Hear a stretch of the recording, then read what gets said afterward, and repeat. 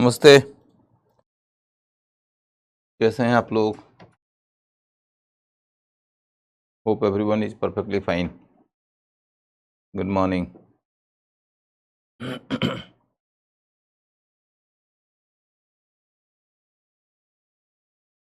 कोई क्वेश्चन यदि पीछे के क्लास से रिलेटेड हो तो पूछ लीजिए। कल मैंने आप लोगों को ये बताया था कि राजा राम मोहन राय के बारे में कहा जाता है कि आधुनिक भारत के प्रतीक,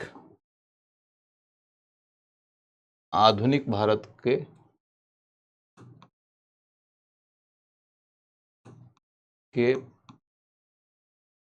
प्रतीक और अग्रदूत थे।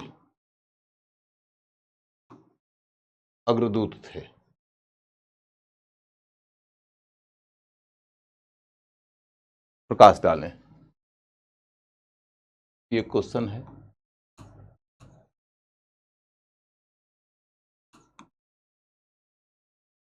तो जब कोई कहता है कि राजा राम मोहन राय आधुनिक भारत के प्रतीक हैं, तो इसमें क्या लिखना चाहिए हमको? तो पहले बताना पड़ेगा कि आधुनिक भारत का मतलब क्या है।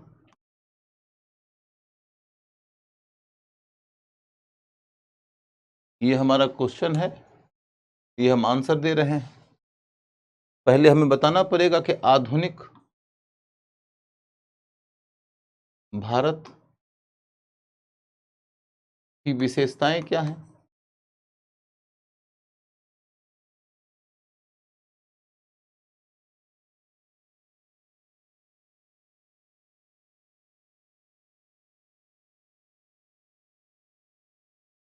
उसके बाद तब दूसरा है कि राम मोहन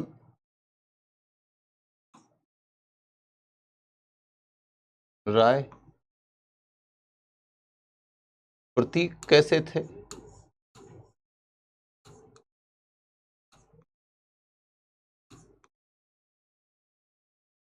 राम मोहन राय प्रतीक कैसे थे। मिरातुल अखबार है भाई, मिरातुल अकबर नहीं है। उसके बाद अग्रदूत का मतलब क्या है।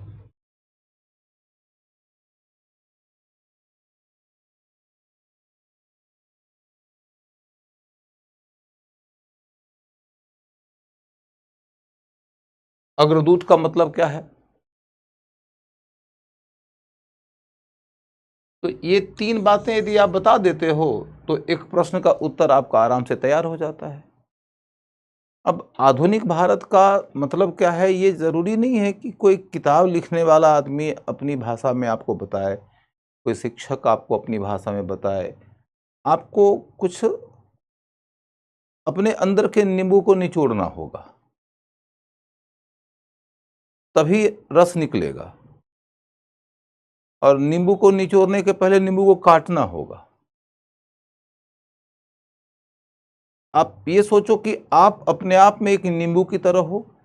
सबसे पहले उसे काटना होगा और उसको निचोड़ना होगा, और नहीं तो नींबू का रस कुछ दिनों में ऐसे ही धूप के ताप में सूख जाएगा। तुम्हारी वही दशा है। तो कोशिश करके देखो आधुनिक भारत की विशेषताएं क्या है।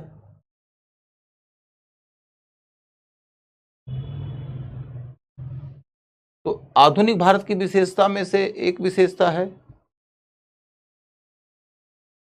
कि आधुनिक भारत की एक विशेषता है कि यह तर्क बुद्धिवादी है।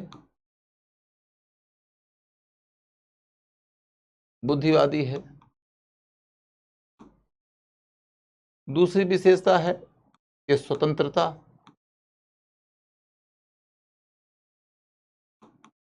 एवं समानता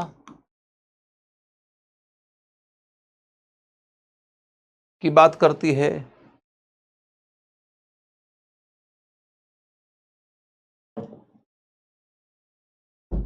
यह राष्ट्रवाद की बात करती है,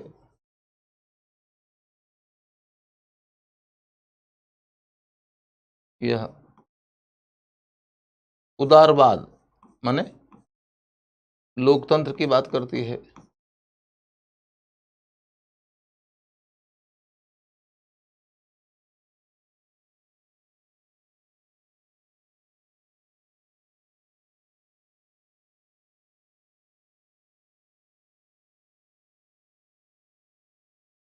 इसका धर्म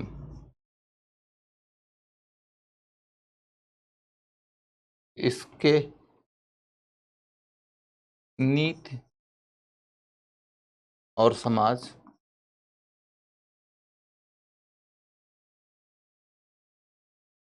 को पहले की तरह जकड़ता नहीं है।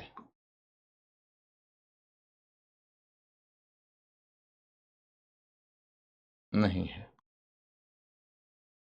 इसका धर्म इसकी नीति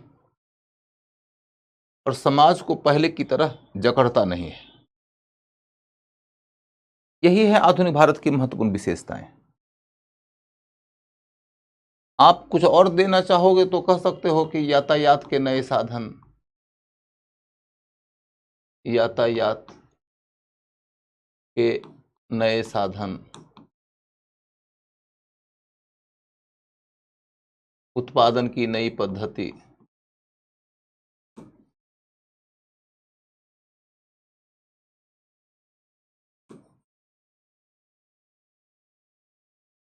आदि, उत्पादन की नवीन पद्धति आदि।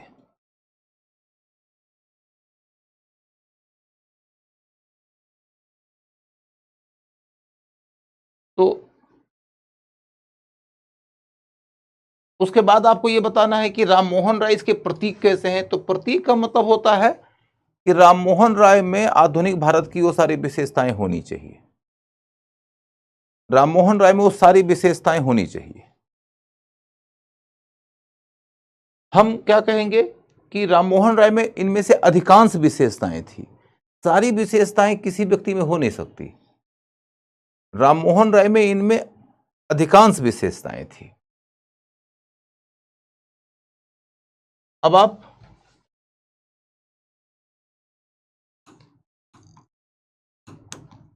अधिकांश विशेषताएं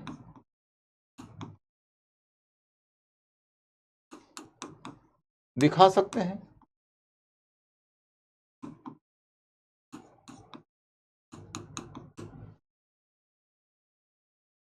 इसमें किसी को दिक्कत नहीं होनी चाहिए कि राम मोहन राय तर्क बुद्धिवादी थे, राम मोहन राय स्वतंत्रता, समानता, बंधुत्व के पक्षधर थे, राम मोहन राय राष्ट्रवादी थे, उदारवादी थे। आप ये बता देंगे क्योंकि मैंने कल पढ़ाया ही है आपको। और फिर राम मोहन राय वो व्यक्ति थे जो किसी धर्म ग्रंथ में कही गई बात को अंतिम बात नहीं मानते थे। तर्क और बुद्धि के आधार पर विवेचना करके सामाजिक नैतिक विधान का निर्णय करते थे। यही आधुनिक विशेषता है और इसकी शुरुआत राम मोहन राय में होती है। ठीक है, तो आपने राम मोहन राय में आधुनिक भारत की विशेषताएं बता दी और तब कहते हैं कि अग्रदूत का तात्पर्य यह है कि अग्रदूत का तात्पर्य यह है कि आधुनिकीकरण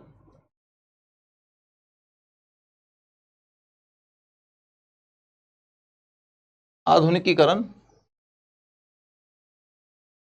एक दीर्घकालिक प्रक्रिया है।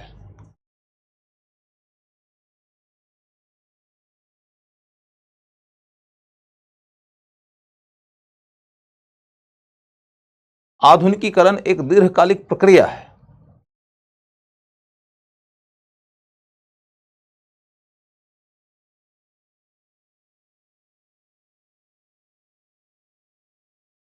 राममोहन राय से इसकी शुरुआत हुई थी। राममोहन राय से इसकी शुरुआत हुई थी।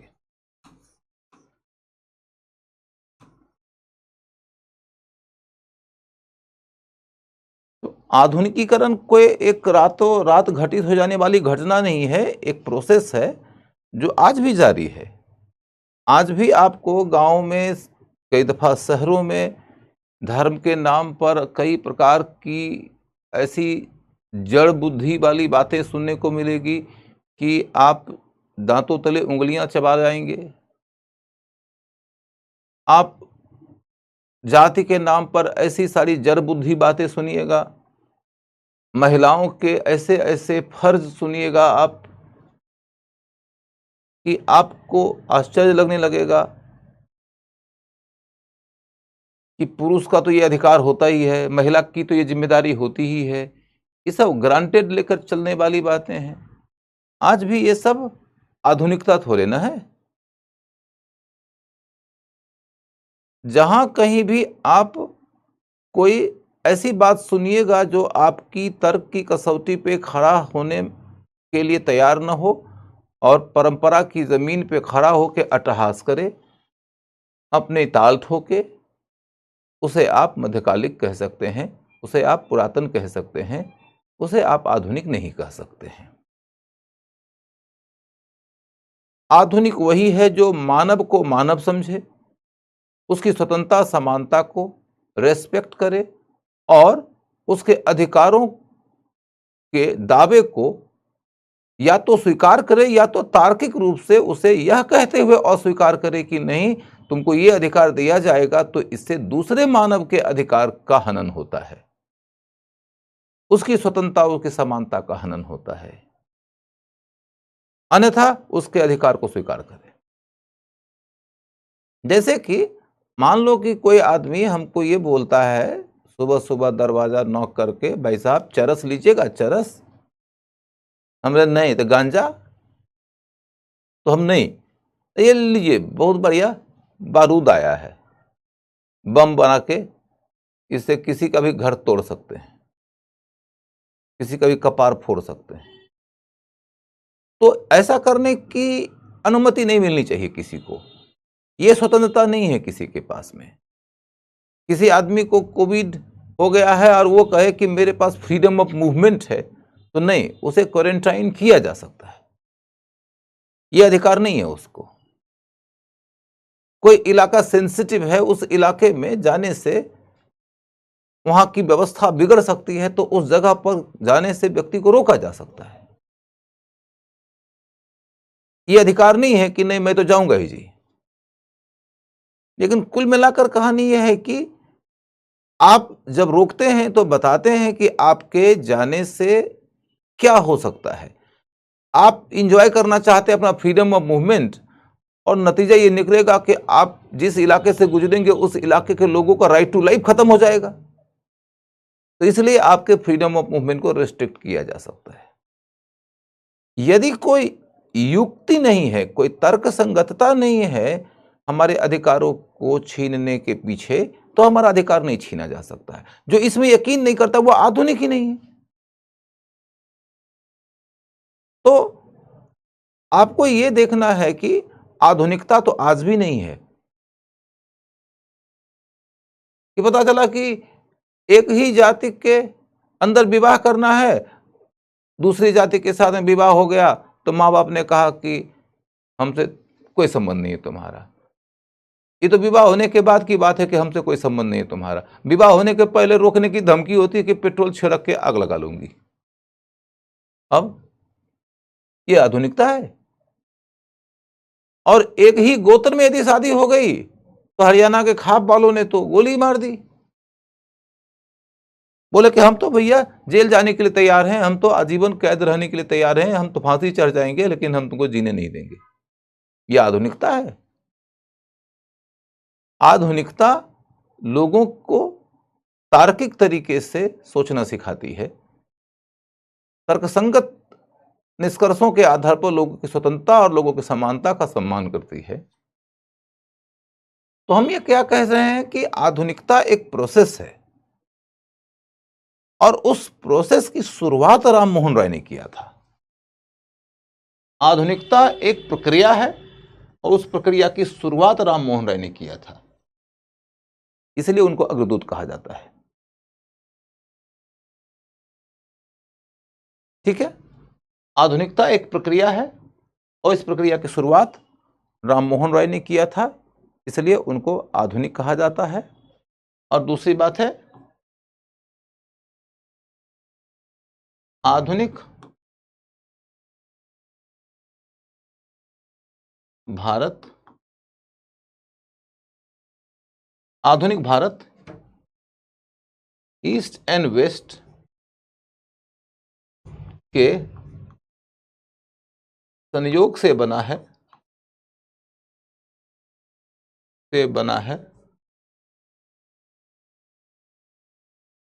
और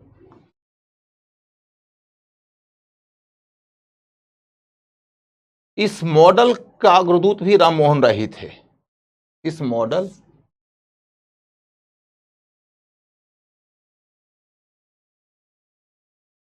का अग्रदूत भी राम मोहन राय ही थे। राय ही थे।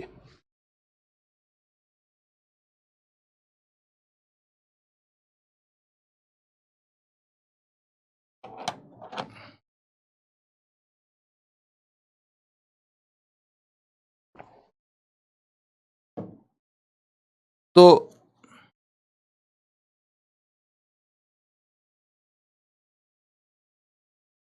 मैंने आप लोगों को कल जो प्रश्न दिया था उसका उत्तर बता दिया। आप लोगों को ले चलता हूं अब अगले टॉपिक की ओर, वह है दयानंद सरस्वती। दयानंद सरस्वती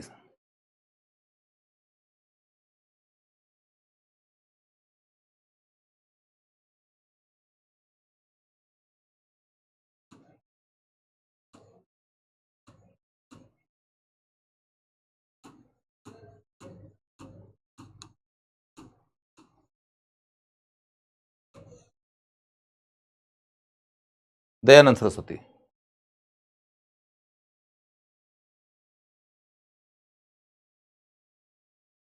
ए भाई, तुम लोग ज्योति मौर्य और अन्य XYZ की बातें करने के बजाय बस इतना फोकस करो कि ज्योति मौर्य पढ़ने में बहुत अच्छी थी और वो SDM बन गई थी। तुम भी पढ़ाई करो और तत्काल नैतिकता के नियम तय करने के बजाय अपने ऊपर सेल्फ रेगुलेशन लगाओ कि तुम पढ़ने आए हो, पढ़ने के समय में तुम तमाम प्रकार की बातें कर रहे हो और उसके ऊपर तुम जजमेंट भी पास किए जा रहे हो, कौन अच्छा किया कौन बुरा किया, ये सब बिना मतलब की बातें हैं। पढ़ाई तो कर लो।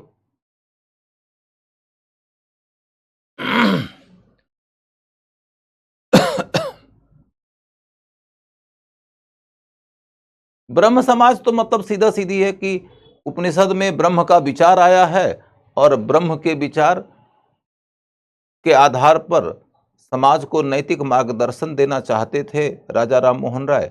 उसी आधार पर समाज का धर्म सुधार करना चाहते थे राम मोहन राय। इसीलिए उन्होंने ब्रह्म समाज नाम का एक संगठन बनाया। माने वो संगठन जो उपनिषद के ब्रह्म के विचार को मानता है और उसके मुताबिक धर्म और नैतिकता को गढ़ना चाहता है, वही है।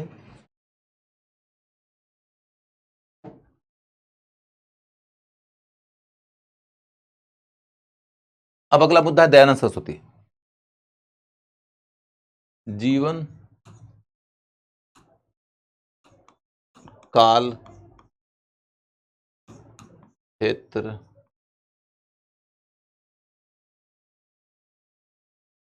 शिक्षा साहित्य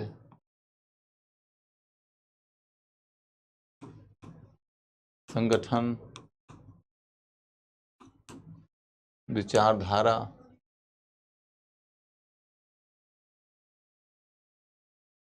विचारधारा, योगदान,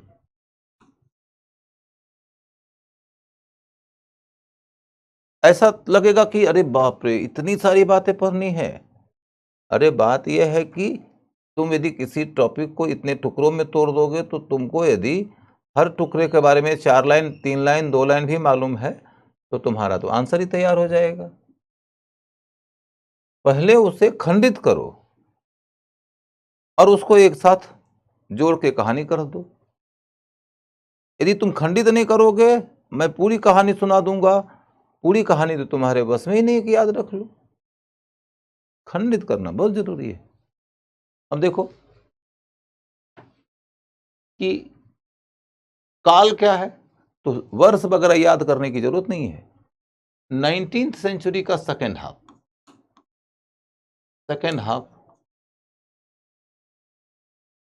19वीं शताब्दी का जो उत्तरार्ध है ना, इस दौरान वो सक्रिय नजर आते हैं, विशेष तौर पर 1857 के विद्रोह के बाद के वर्षों में।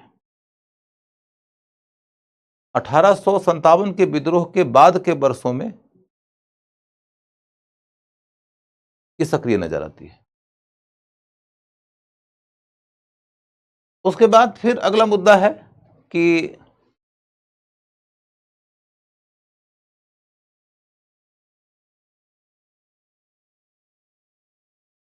1883 में इनकी मृत्यु हो गई है।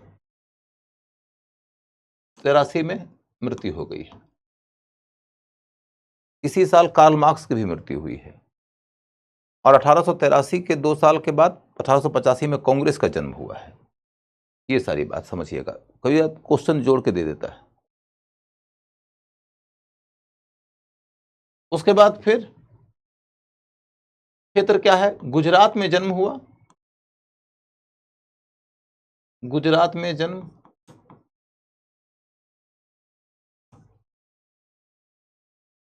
बंबई में आर्य समाज की स्थापना किए।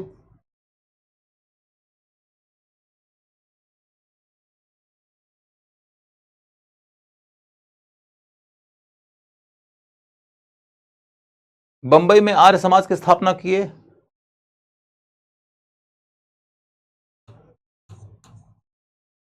आर्य समाज, आर्य समाज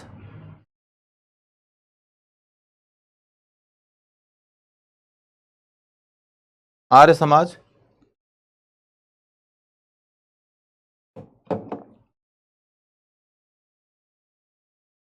पंजाब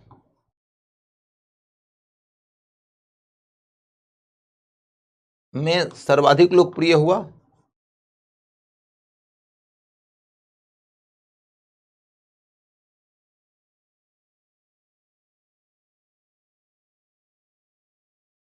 पंजाब में सर्वाधिक लोकप्रिय हुआ।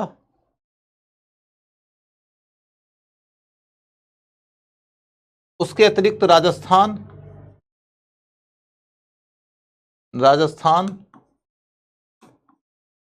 दिल्ली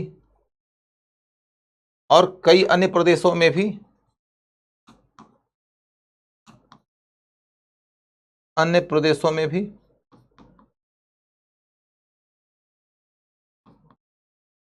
भी, जनाधार बना।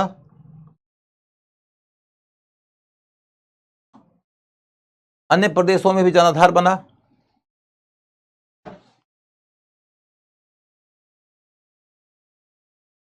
उन्नीसवीं सदी के समाज सुधार आंदोलन के लिए, 19वीं सदी के समाज सुधार आंदोलन के दौरान, 19वीं सदी के समाज सुधार आंदोलन के दौरान बनने वाली संस्थाओं में सबसे ज्यादा बड़ा सामाजिक और क्षेत्रीय आधार इसी के पास था। सबसे ज्यादा बड़ा सामाजिक और क्षेत्रीय आधार इसी के पास था।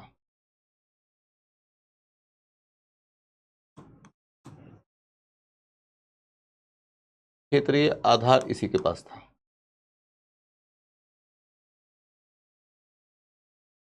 उन्नीसवीं सदी के दौरान बनने वाले या 19वीं सदी के दौरान विकसित होने वाले समाज सुधार आंदोलन के दौर की संस्थाओं में सबसे बड़ा सामाजिक आधार और क्षेत्रीय आधार इसी का था। तो ये सामान्य बातें हो गई इनके जीवन से संबंधित। अब हम लोग अगले पक्ष की ओर चलते हैं। अगला पक्ष क्या है? शिक्षा। तो इनकी शिक्षा किस तरह की थी? ये वैदिक शिक्षा लिए थे, वैदिक शिक्षा लिए थे। संस्कृत भाषा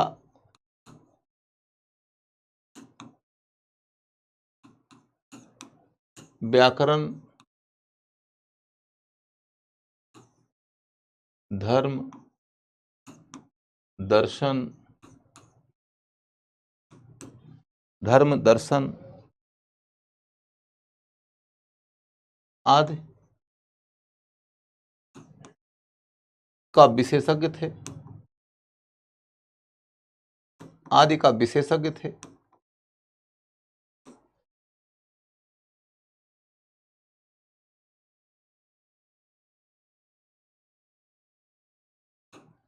दूसरी बात है कि ये भारतीयों को शिक्षा देने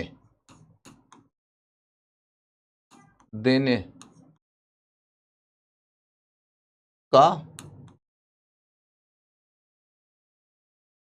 प्रबल समर्थक थे।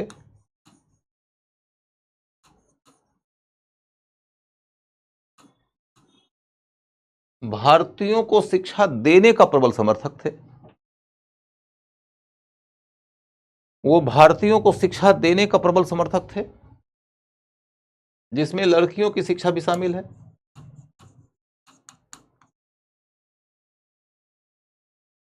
लड़कियों की शिक्षा भी शामिल है।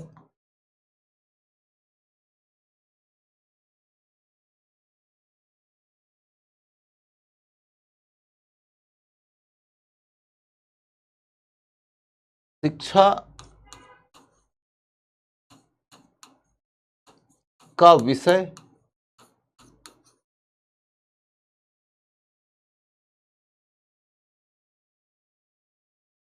विषय क्या हो,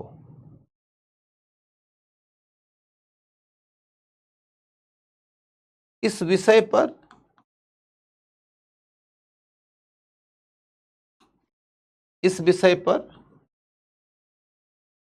आगे चलकर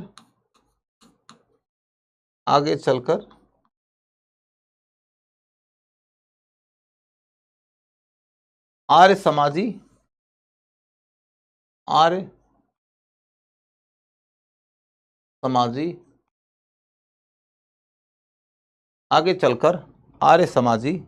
माने आर्य समाज संस्था जो थी उसके सदस्य आर्य समाजी दो भागों में बट गए। आर्य समाजी दो भागों में बट गए।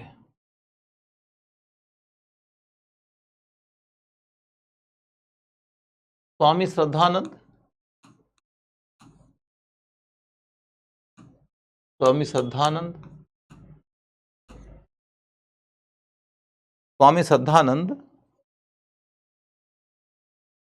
सिर्फ वैदिक शिक्षा की बात करते थे।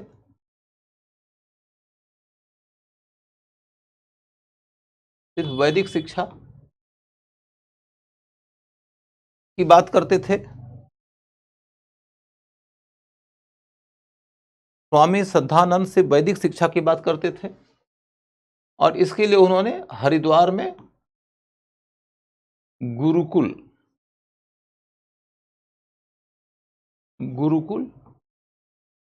कांगड़ी की स्थापना किया था। इसके लिए उन्होंने हरिद्वार में गुरुकुल कांगड़ी की स्थापना किया था।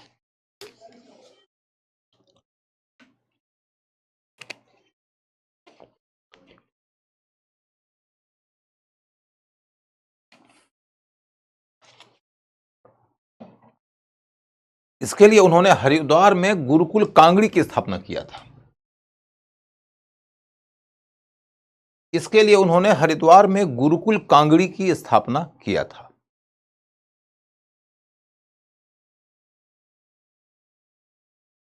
यह धारा ज्यादा लोकप्रिय नहीं हो पाई,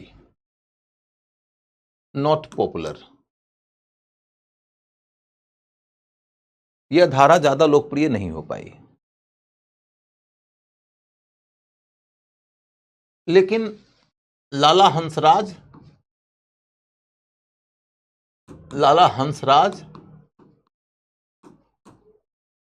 और लाला लाजपत राय,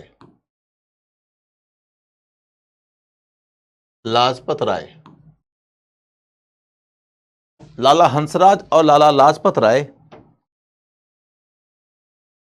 लाला हंसराज और लाला लाजपत राय डीएवी का विकल्प लेकर आए। डीएवी का विकल्प लेकर आए।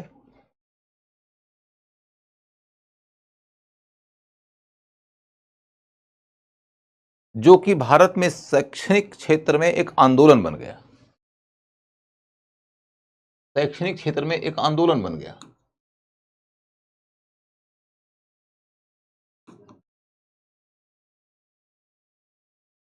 और पूर्व और पश्चिम के संयोग से आधुनिक भारत के निर्माण का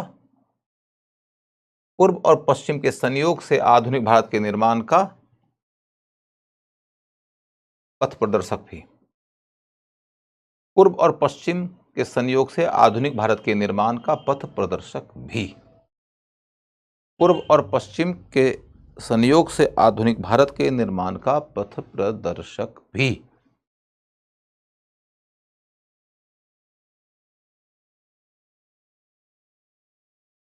अब देखो, अभी तक जो आपने लिखा वो संक्षेप में, क्योंकि आपको याद हो मैंने लाला लाजपत राय के द्वारा या लाला हंसराज आदि के द्वारा बनाए गए डीएवी का कॉन्सेप्ट समझा दिया है पीछे से ही, कि दयानंद जी के वो अनुयायी जो कि कहते हैं कि आधुनिक भारत का निर्माण करना है तो वैदिक शिक्षा तो चाहिए, लेकिन अकेली वैदिक शिक्षा के बल पे आधुनिक भारत नहीं बनेगा। इसके साथ में हमें एंग्लिकन एजुकेशन भी देना पड़ेगा, यानी कि पश्चिमी शिक्षा भी देना चाहिए। क्योंकि समझा चुका था तो मैंने संक्षेप में यहां लिखा दिया। ठीक है, तो शिक्षा के संबंध में बात इतनी ही है। इसके बाद तब साहित्य, दयानंद सरस्वती का साहित्य। दयानंद सरस्वती का साहित्य पाखंड खंडनी पताका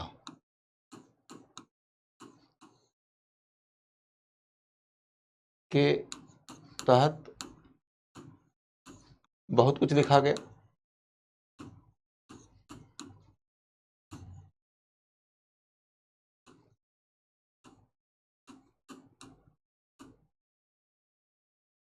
पाखंड खंडनी पताका का मतलब होता है कि दयानंद सरस्वती तर्क के आधार पर, बुद्धि के आधार पर कई प्रकार की रीतियों, रिवाजों, मूढ़ और जड़ मान्यताओं के ऊपर प्रश्न उठाते थे और कहते थे कि ये बातें गलत है, ये सब पाखंडी बातें हैं, हमें उसका खंडन करना चाहिए। क्योंकि वो बुद्धिवादी थे और कहते थे कि वेद के रास्ते पर चलो। तो कई लोग प्रश्न उठाते हैं कि कोई बुद्धिवादी किसी व्यक्ति को कैसे कह सकता है कि तुम वेद के रास्ते पर चलो। तो इसका जवाब उनकी ओर से यह आता था कि वेद तो बुद्धिवादी ही साहित्य है, वेद आपको अंधानुकरण करना सिखाती ही नहीं है। तो बाद की जो पुस्तकें हैं, जो धर्मशास्त्र की किताबें हैं, जो महाकाव्य है, जो पुराण है, उसमें तमाम चमत्कार की बातें कही गई है। बाद के काल में ही सती प्रथा आई है, बाद के काल में ही विधवाओं के पुनर्विवाह पर रोक लगाई गई है, बाद के काल में ही मूर्ति पूजा आई है, बाद के काल में ही कर्मकांड बहुत ज़्यादा मजबूत हो गए हैं, बाद के काल की बातें हैं कि कोई अनटचेबल करार दिया गया है, बाद के काल में है कि कोई अपने आप को श्रेष्ठ और किसी को हीन समझने लगा है, बाद के काल में तमाम प्रकार की जड़ और मूढ़ बातें समाज में प्रचलित हो गई हैं कि हर जगह पर इंसान पंडित जी से पूछ के अपने निर्णय करता है कि पंडित जी मंगलवार के दिन पश्चिम की ओर जाएं कि नहीं, पंडित जी सोमवार के दिन पूरब की ओर जाएं कि नहीं। हर चीज पंडित जी से पूछ के करता है और पंडित जी को लगता है कि इस विषय से हमारा लाभ है, तो पंडित जी लाल रंग का एक पतरा निकालेंगे और देख के कुछ कथा बांच देंगे। पंडित जी को खुद ही उसके बारे में कुछ नहीं पता है, लेकिन पंडित जी खुद ही डाउटफुल हो जाएंगे कि उनको भी यदि मंगलवार के दिन किसी दिशा में जाना होगा तो उनको लगेगा अब जाएं कि न जाएं। उनको ये मालूम है कि इसमें जो बातें लिखी गई है उसको हम समझ नहीं पा रहे हैं, बस किताब में लिख दी गई है। तो फिर कथा बांचने के आधार पर लोगों का मार्गदर्शन किया जाता है, जिसमें कि सिर्फ उसे रूढ़ियां होती हैं, कोई तर्क नहीं होता है। इस तरह के पाखंडों का खंडन करते थे दयानंद सरस्वती। दयानंद सरस्वती ने जिन पाखंडों का खंडन किया, वो चाहे ईसाई धर्म से संबंधित हो, चाहे इस्लाम धर्म से संबंधित हो, चाहे वो हिंदू धर्म से संबंधित हो। ईसाइयों का कहना था कि हिंदुओं और मुसलमानों का धर्म तो बेकार है, सबसे बड़ा धर्म हमारा। उन्होंने ईसाइयों की भी बुराई की। मध्यकाल के दौरान मुसलमानों का कहना था कि धर्म तो हमारा है, बाकी सबका तो धर्म अधर्म है। हम मुसलमान हैं, हमारा मुकम्मल ईमान है, बाकी सब काफिर है। इन्होंने इस्लाम की भी आलोचना किया। और हिंदू धर्म के कई सारे विचारक, कई सारे जो प्रचारक हैं, जो आज की तिथि में हिंदू धर्म का झंडा लेकर चलते हैं, जैसे जगह जगह पर लोग जय श्री राम, जय श्री राम, जय श्री राम जो करते हैं। राम का नाम इज्जत से लो, आक्रोश में राम का नाम कह लेते हो। राम का नाम शीतल मन से लो, राम का नाम कोमल भाव से लो, राम का नाम भक्ति के भाव से लो, प्रेम के भाव से लो। राम का नाम ऐसे भाव से लो कि जिसमें जगत कल्याण निहित हो, ऐसे भाव से लो कि जिसमें दुश्मन से लड़ने की शालीनता हो, और जिसको पराजित कर दिए हों उसके साथ भी संवाद स्थापित करने की संस्कृति हो, और पराजित की पत्नी को भी देवी कहने का संस्कार हो। राम का नाम लो तो राम को पहले समझ के राम का नाम लो। आक्रोश में नसें फूली हुई, आंखें लाल, बाल बिखरे हुए, जुबान लड़खड़ाती हुई, जय श्री राम। राम का नाम लेने का ये सही संस्कार ही नहीं है।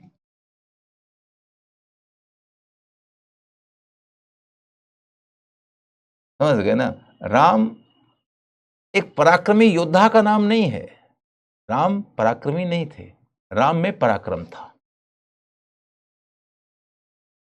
राम एक शक्तिशाली योद्धा नहीं थे, राम में शक्ति थी। ऐसा नहीं है कि राम और पराक्रमी, राम और शक्ति को एक दूसरे का पर्याय बना दीजिए और राम की संस्कृति ही पीछे छूट जाए। ये ध्यान रखिएगा। तो कहने का मतलब मैं ये बोल रहा हूं कि यदि आप दयानंद को समझना चाहिएगा तो दयानंद सरस्वती तो इससे भी अलग हो जाते हैं। दयानंद सरस्वती ने ईसाइयों के ऊपर क्रिटिसिज्म के बाण फेंके, ईसाई ने उनकी आलोचना किया, मुसलमानों ने उनकी आलोचना किया, और उसके बाद हिंदू धर्म वाले लोगों ने भी दयानंद सरस्वती के ऊपर कई बार हमला किया, क्योंकि वो कहते हैं मूर्ति पूजा गलत है। हिंदुओं में से ज्यादातर लोग तो मूर्ति पूजक है। वो कहते हैं मंदिर निर्माण गलत है, हिंदुओं में से ज्यादातर लोग तो मंदिर जाता है। वो कहते हैं कि महाकाव्य गलत है। वो कहते हैं कि पुराण गलत है। हिंदू में से ज्यादातर लोग तो महाकाव्य पुराण को मानते हैं, वेद तो बहुत कम लोग जानते हैं। वेद का मन से इज्जत करते हैं, जुबान पे वेद की इज्जत होती है, लेकिन वेद के बारे में जानकारी बहुत कम होती है। हिंदुओं ने अपने धर्म को जिस रूप में साकार तरीके से देखा है वो तो ज्यादातर महाकाव्यों और पुराणों पर आधारित है। और दयानंद सरस्वती तो इनका खंडन करते थे। रामलला हम आएंगे, मंदिर यहीं बनाएंगे के नारा यदि आप दयानंद सरस्वती के सामने रख देते तो दयानंद सरस्वती कहते कि किसका मंदिर बनाओगे? आप कहिएगा भगवान राम का। वो कहेंगे लेकिन मूर्ति पूजा तो गलत है। तो ऐसी स्थिति में दयानंद सरस्वती के ऊपर परंपरागत हिंदुओं ने भी हमले किए, क्योंकि उन्होंने हिंदुओं के कई सारी रीतियों और रिवाजों का खंडन किया पाखंड खंडनी पताका के रास्ते। समझ गए?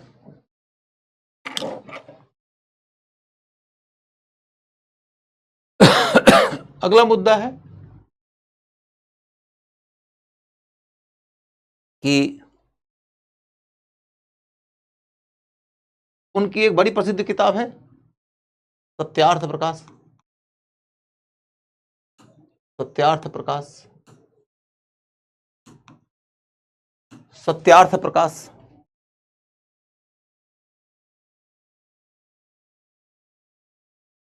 यह हिंदी में लिखी गई है।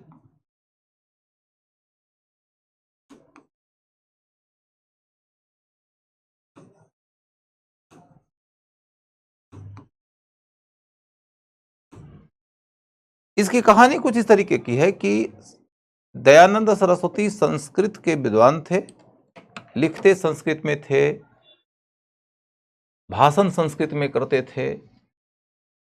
तो इनकी मुलाकात हुई बंगाल के एक बड़े ही नामी समाज सुधारक से, जिनका नाम था केशव चंद्र सेन।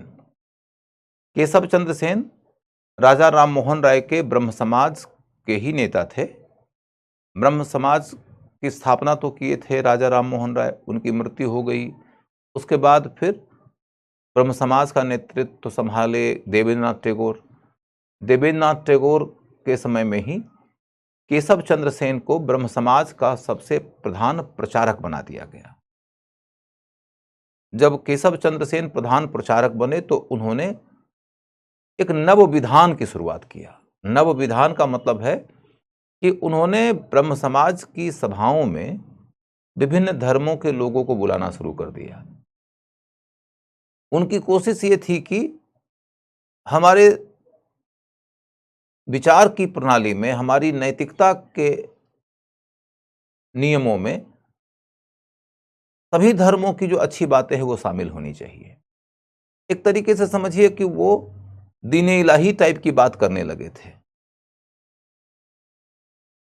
तो इस वजह से कई सारे ब्रह्म समाजी लोग जो कि हिंदू भी थे और यद्यपि कि थोड़े प्रगतिशील थे और सुधार की भावना रखते थे, लेकिन अपने धर्म के प्रति उनके मन में प्रतिबद्धता भी थी, तो नाराज हो गए। और नाराज हो गए तो उन्होंने देवेंद्रनाथ टैगोर के सामने शिकायत लगा दी। देवेंद्रनाथ टैगोर ने इन्हें रोकने की कोशिश किया, लेकिन केशव चंद्र सेन रोकने वाले नहीं थे। तो अंततः देवेंद्रनाथ टैगोर और केशव चंद्र सेन के बीच में विवाद बढ़ गया और ब्रह्म समाज टूट गया। ब्रह्म समाज जब टूट गया तो जो पुराने ब्रह्म समाज है, जिसके नेता हुआ करते थे देवेंद्रनाथ टैगोर, तो वो हो गया आदि ब्रह्म समाज। और केशव चंद्र सेन साहब ने एक नया ब्रह्म समाज बनाया जिसका नाम रखा ब्रह्म समाज ऑफ इंडिया। तो ही ब्रह्म समाज ऑफ इंडिया के केशव चंद्र सेन साहब ने ये कहा दयानंद सरस्वती जी को कि आपकी जो बातें हैं वो बहुत विद्वतापूर्ण है, लेकिन भाषा संस्कृत होने के नाते आम आदमी की समझ से परे है, तो आप बेहतर है कि हिंदी में अपनी बात किया करिए। तो उनके सुझाव पर ही उन्होंने हिंदी में बात करना शुरू किया और अपनी किताब सत्यार्थ प्रकाश भी हिंदी में लिखा। सत्यार्थ प्रकाश वेद की विवेचना करने वाली किताब है, यानी कि इसमें यह बताया गया है कि वेद की शिक्षा क्या है, और इसी किताब की अपनी समझ के आधार पर उन्होंने यह नारा दिया कि वेद की ओर चलो। तो अब देखो कि सत्यार्थ प्रकाश वेद की विवेचना करती है।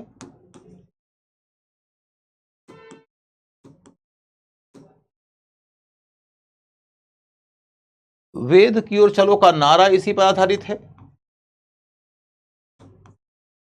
वेद की ओर चलो का नारा इसी पर आधारित है। तब प्रश्न उठता है कि क्यों?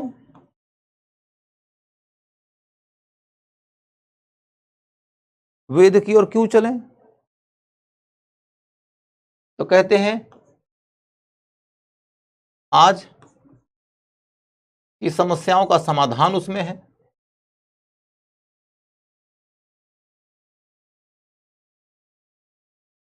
आज की समस्याओं का समाधान है उसमें।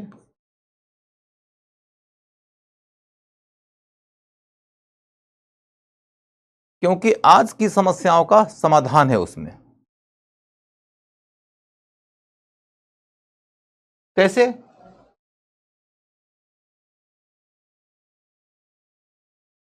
कैसे कह सकते हो कि आज की समस्याओं का समाधान निकल जाएगा यदि हम वेद की ओर चलें? तो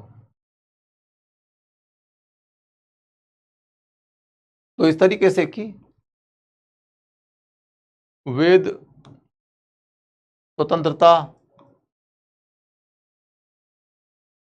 समानता, सामुदायिकता,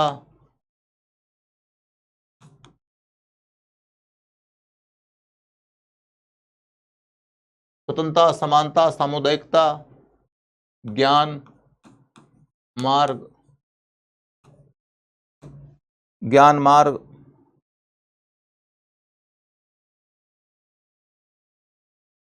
एवं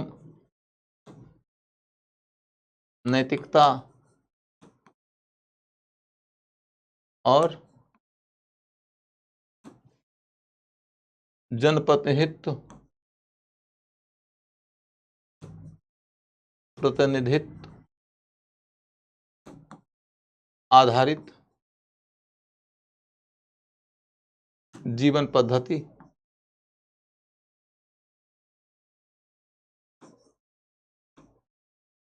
की शिक्षा देती है।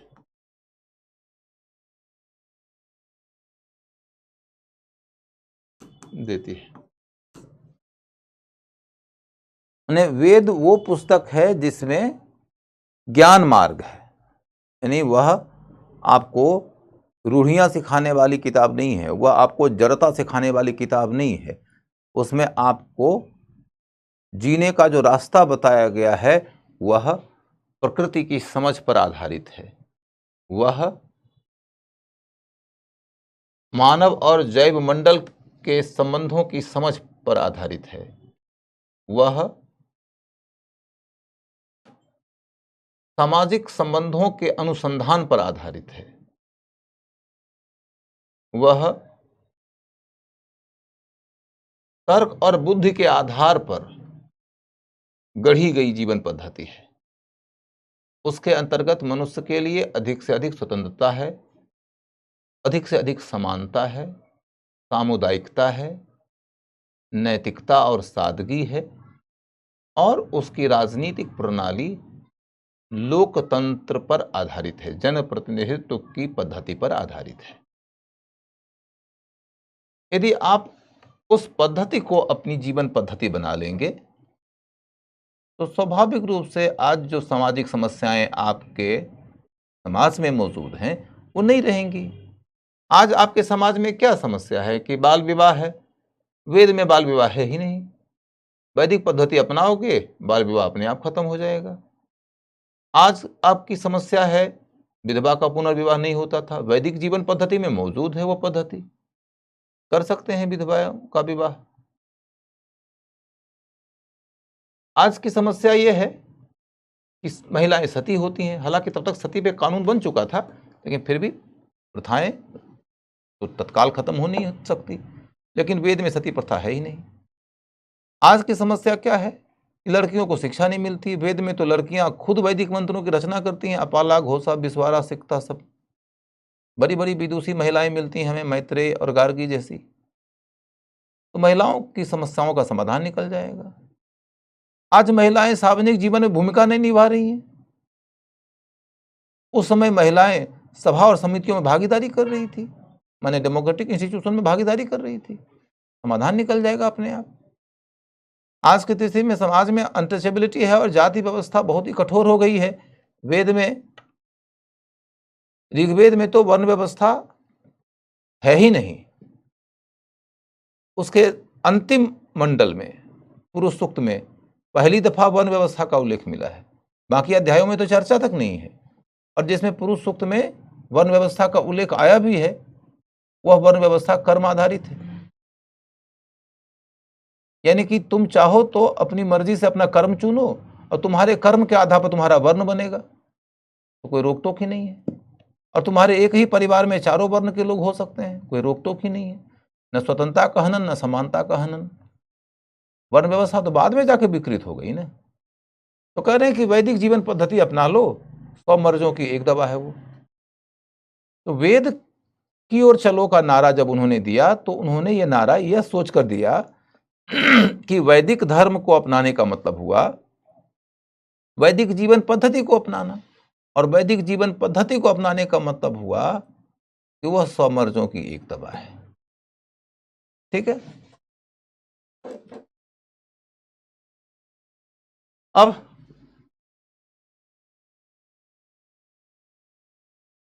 आपके सामने में यह स्पष्ट हो गया साहित्य से संबंधित बात। संगठन आर्य समाज, आर्य समाज, आर्य समाज के बारे में बता चुका हूं।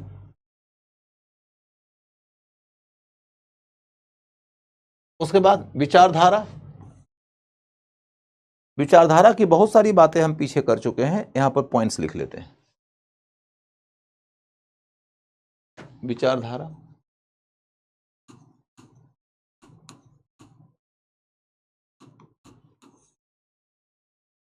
विचारधारा की बातें,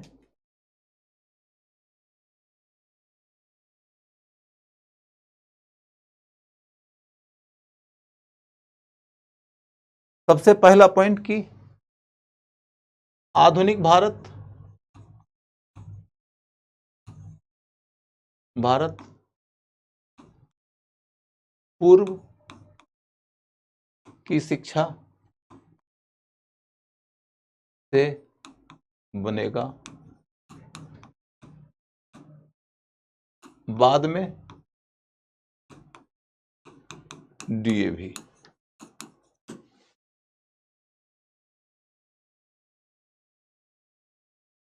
पहले पहल कहा गया, कि ऐसे लिखोगे तो ज्यादा स्पष्टता होगी। पहले पहल कहा गया कि आधुनिक भारत पूर्व की शिक्षा से बनेगा, और पूर्व की शिक्षा में भी कौन सी शिक्षा? वैदिक शिक्षा।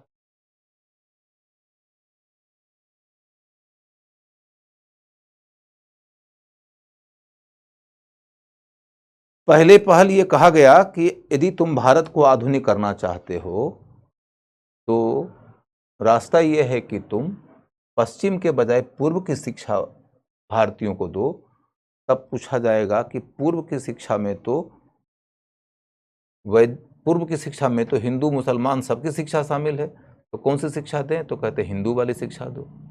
और हिंदू वाली शिक्षा में तो रामायण, महाभारत, पुराण, धर्मशास्त्र, ये सब शिक्षा शामिल है, ये सब दें क्या? तो कहते हैं नहीं, सिर्फ वेद की शिक्षा दो।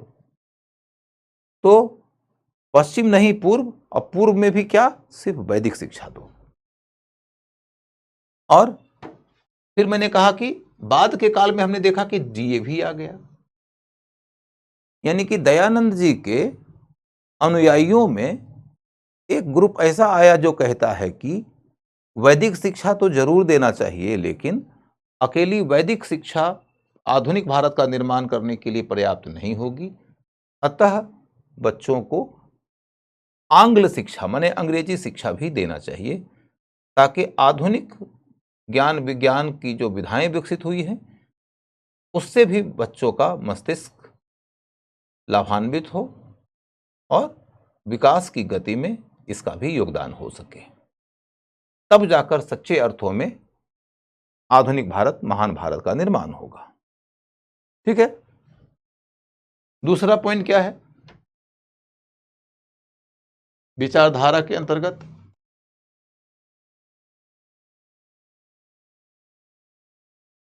धर्म एकेश्वरवादी, एकेश्वरवादी, ज्ञान मार्गी, एकेश्वरवादी, ज्ञान मार्गी, वैदिक नैतिकता पर आधारित,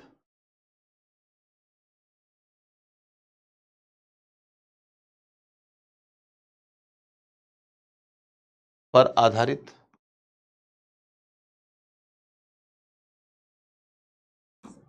जब एकेश्वरवादी है, अब तो कोई कहता है हम गणेश जी को पूजते हैं, कोई कहता है हम शिव जी को पूजते हैं, कोई कहता है हम विष्णु जी को पूजते हैं, कोई कहता है हम ब्रह्मा जी को पूजते हैं, कोई देवी सरस्वती की पूजा करेगा, कोई लक्ष्मी जी की पूजा करेगा, कोई धरती माता की पूजा करेगा, कोई नदियों की पूजा करेगा। अब ये क्या है भैया?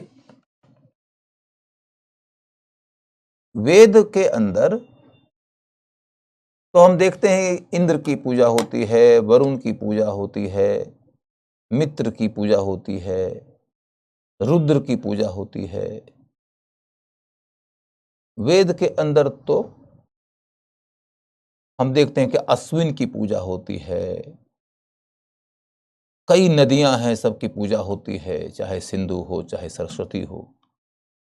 यहाँ तक कि एक बार गंगा की पूजा भी है, 3 बार यमुना की पूजा का भी प्रमाण मिला है, 21 नदियों की पूजा का प्रमाण मिलता है। वनस्पतियों की पूजा होती है अरण्यानी देवी के नाम से, प्रातः की पूजा होती है उषा देवी के नाम से, रात्रि की पूजा होती है निशा देवी के नाम से।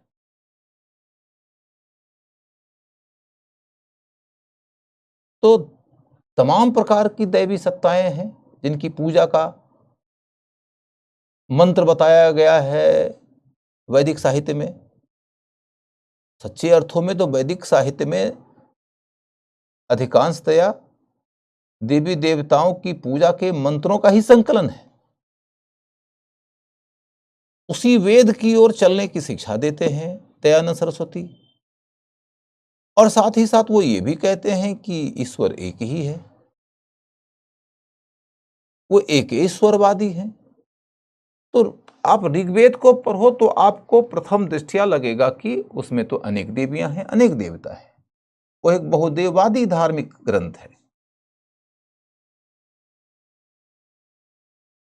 और दयानंद सरस्वती कह रहे हैं कि एक ईश्वर है और उसी की आराधना करो। तो क्या बात है भाई?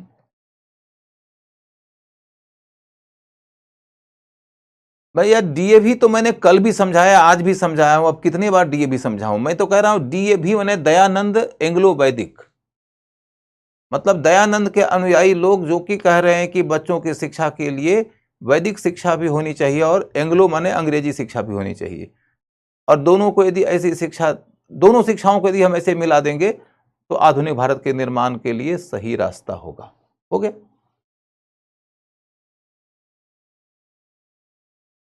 धर्म एकेश्वरवादी, ज्ञान मार्गी, वैदिक नैतिकता पर आधारित।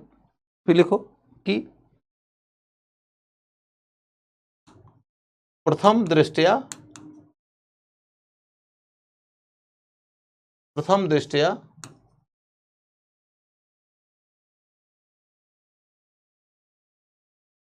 प्रथम दृष्टया वैदिक साहित्य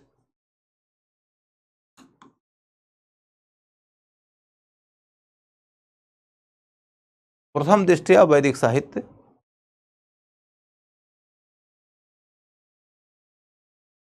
बहुदेववादी लगता है,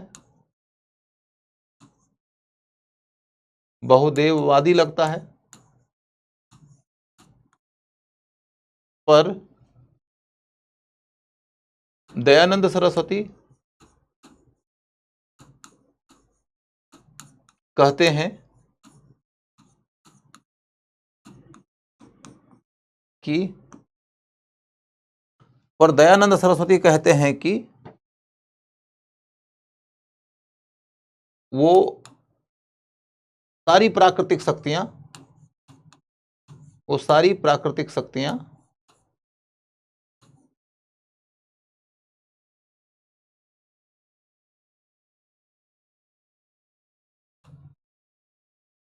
एक ही ब्रह्म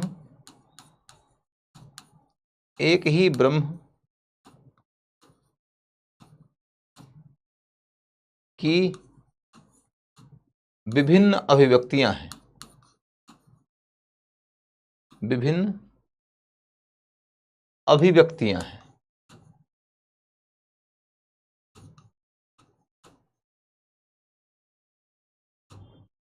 एक ही ब्रह्म की विभिन्न अभिव्यक्तियां हैं। एक ही ब्रह्म की विभिन्न अभिव्यक्तियां हैं। तो एकेश्वरवादी, ज्ञान मार्गी, वैदिक नैतिकता पर आधारित का मतलब यही है। वो कह रहे हैं कि तुम ज्ञान के माध्यम से समझो, तुम ये तर्क और बुद्धि लगाकर समझो, तो तुमको ये पता चल जाएगा कि वेद के अंदर प्रकृति और जैव मंडल के साथ, प्रकृति, जैव मंडल और विश्व के साथ सौहार्दपूर्ण जीवन की शिक्षा दी गई है। सौहार्दपूर्ण जीवन की शिक्षा दी गई है। प्रकृति और जैव मंडल एवं विश्व के साथ सौहार्दपूर्ण जीवन की शिक्षा दी गई है।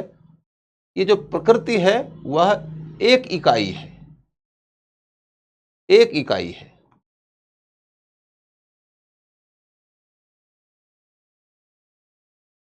नदी किसी महान सत्ता का एक अंग है,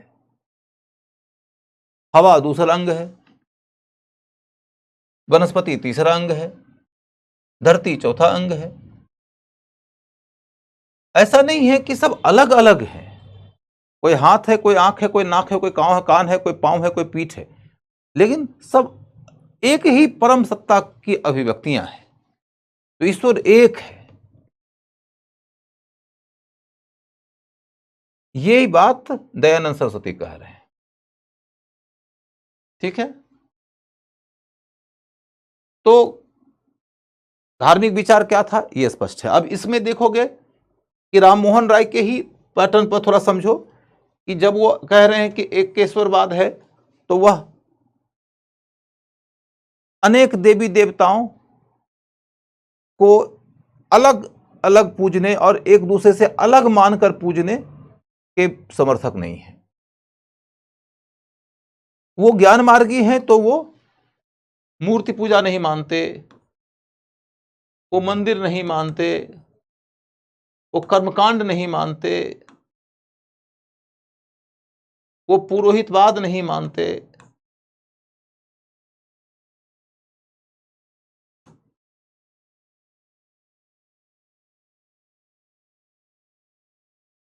तो कुल मिलाकर आपको यह बात समझ में आ गई कि उनका धार्मिक विचार क्या था। उसके बाद तब अगला मुद्दा,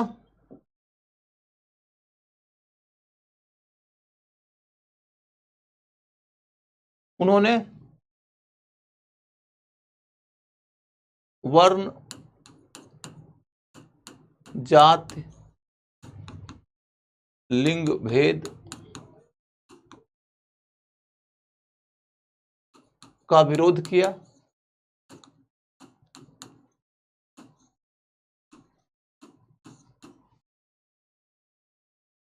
वो उपभोक्तावादी,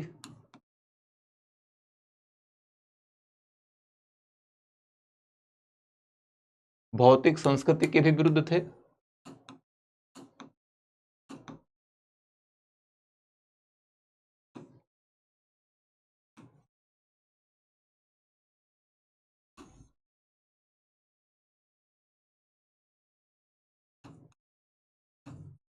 प्रकृति एवं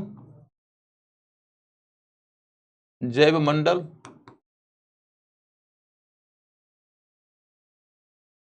के साथ सह अस्तित्व का समर्थक थे।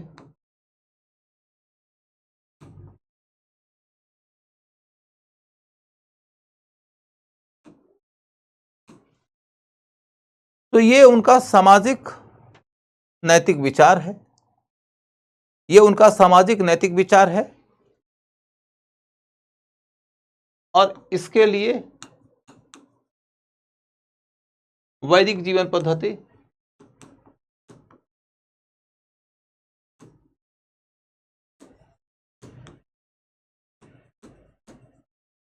अपनाने पर बल देते थे।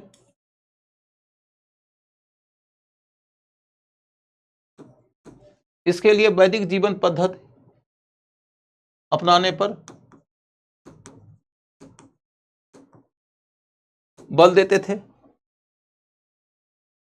ये मैं समझा चुका हूं कि वैदिक जीवन पद्धति में किस तरीके से ये सब चीजें मौजूद थी।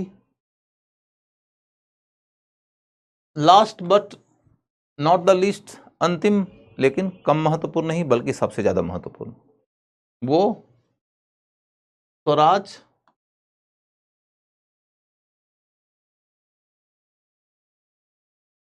स्वदेशी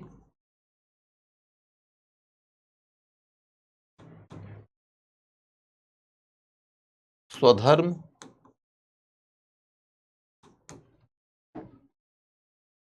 स्वभाषा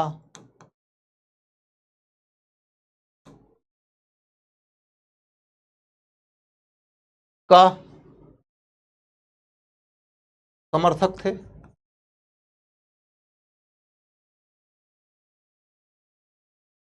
स्वराज स्वदेशी स्वधर्म स्वभाषा का समर्थक थे। अब आप देखो कि स्वभाषा की बात ऑलरेडी मैं कर चुका हूं कि उसके तहत वो हिंदी को आगे बढ़ाते थे या संस्कृत को आगे बढ़ाते थे।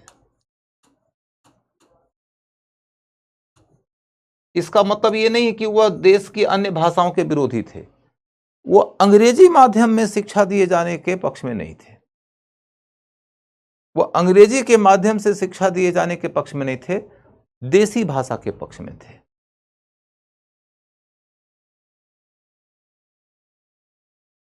मेरा यह ख्याल है कि अंग्रेजी एक ऐसी भाषा है जो आज के तथ्य में दुनिया की सबसे विकसित, सबसे सुलभ और सबसे ज्यादा संपन्न ज्ञान कोश को अभिव्यक्ति देती है।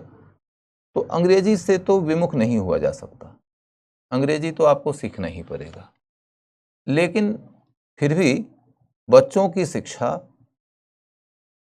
देसी भाषा में यदि हो तो उनका मस्तिष्क ज्यादा विकसित होता है, उनकी संवेदनशीलता ज्यादा उन्नत होती है, वो अपनी प्रकृति को, अपनी संस्कृति को, अपने समाज को ज्यादा बढ़िया से मानसिक और हार्दिक स्तर पर समझ पाते हैं।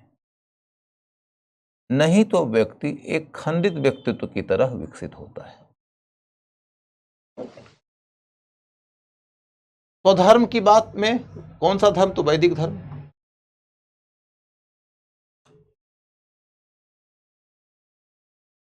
की बात कर रहे थे। स्वधर्म के प्रश्न पर देखोगे कि दयानंद सरस्वती जो है वह एक ऐसा कार्य करते हैं जिसको लेकर दो तरह के ओपिनियंस हैं। स्वधर्म के तहत वो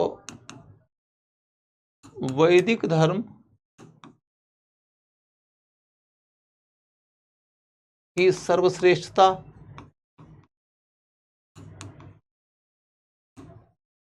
की बात करते हैं, वैदिक धर्म की सर्वश्रेष्ठता की बात करते हैं और फिर शुद्धि का कार्यक्रम चलाते हैं, शुद्धि का कार्यक्रम चलाते हैं।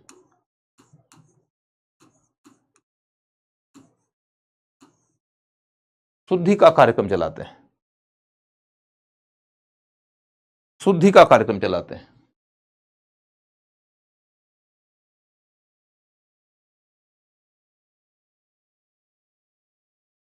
शुद्धि का कार्यक्रम चलाते हैं।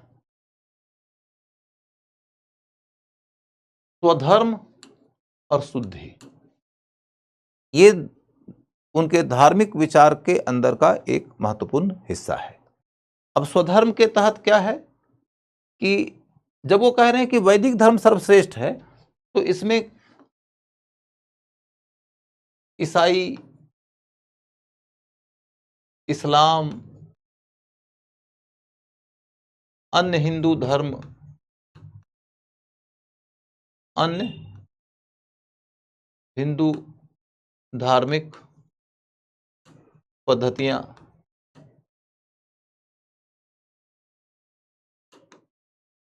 इन सब का खंडन हो जाता है,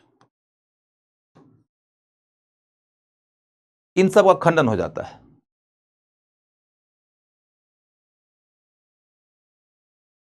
इससे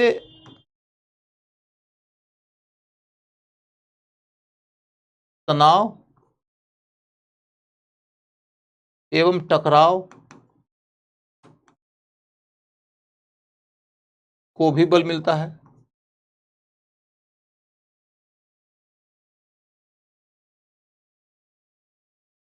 इससे तनाव और टकराव को भी बल मिलता है। माने जब भी तुम ये बात सुन लेना, सिर्फ समझना है, जब भी तुम ये बात कहते हो कि मेरा धर्म सर्वश्रेष्ठ है और दूसरे की ये बात गलत, वो बात गलत, वो बात गलत, वो बात गलत, तो आप ये सोच के चलो कि धर्म के प्रति लोगों के अंदर जो आस्था होती है, उस आस्था के कारण वो आपकी बात को स्वीकार नहीं करेगा, बल्कि आपके खिलाफ तलवारें खींच लेगा। तलवारें मानसिक स्तर की खींचेगा पहले, फिर जुबानी स्तर की तलवारबाजी करेगा, और फिर सही में लोहे वाला तलवार खींच लेगा तो फिर तो कत्लो आम हो जाएगा। तो कुल मिलाकर कहानी यह है कि ये पद्धति विभिन्न धर्मों वाले समाजों के लिए सूटेबल नहीं होती है कि आप ये कह दीजिए कि my way is the highway, कि मेरा रास्ता ही सबश्रेष्ठ रास्ता है, बाकी का रास्ता गलत है। तुम चाहे जितने तर्क से कहो, तुम चाहे जितने तथ्य से कहो, तुम यदि ये कहते हो कि तुम्हारा धर्म सर्वश्रेष्ठ है, बाकियों का धर्म गलत है, तो ये बात लोग स्वीकार नहीं करेंगे। हो सकता है कि तुम्हारे धर्म को मानने वाले कुछ लोग तुम्हारे धर्म के पक्ष में खड़े होकर फिर जोर जोर का नारा लगाना शुरू करते हैं, लेकिन इन जोर जोर के नारों से अंततः समाज में सिर्फ और सिर्फ कलह ही होता है, कत्ल ही होता है। इससे समाज की भलाई नहीं होती। ईसाइयों ने भी दुनिया भर में डंका पीटने का खूब प्रयास किया था कि हमारा धर्म सबसे श्रेष्ठ है। वो उसी उत्साह से अभी भी डंका पीट रहे थे। ऐसा थोड़े ना कि दयानंद जी की बात हम मान लेंगे। मुसलमानों ने भी एक समय में डंका खूब पीटा है, हमारा धर्म सर्वश्रेष्ठ है। पूरी दुनिया में धर्म प्रचार करने की कोशिश की गई, कितना युद्ध हुआ, कितना कत्ल हुआ, कितना जबरदस्ती धर्मांतरण हुआ। वो थोड़े ना मान लेंगे कि नहीं मेरा धर्म खराब है, तुम्हारा वाला धर्म सबसे श्रेष्ठ है।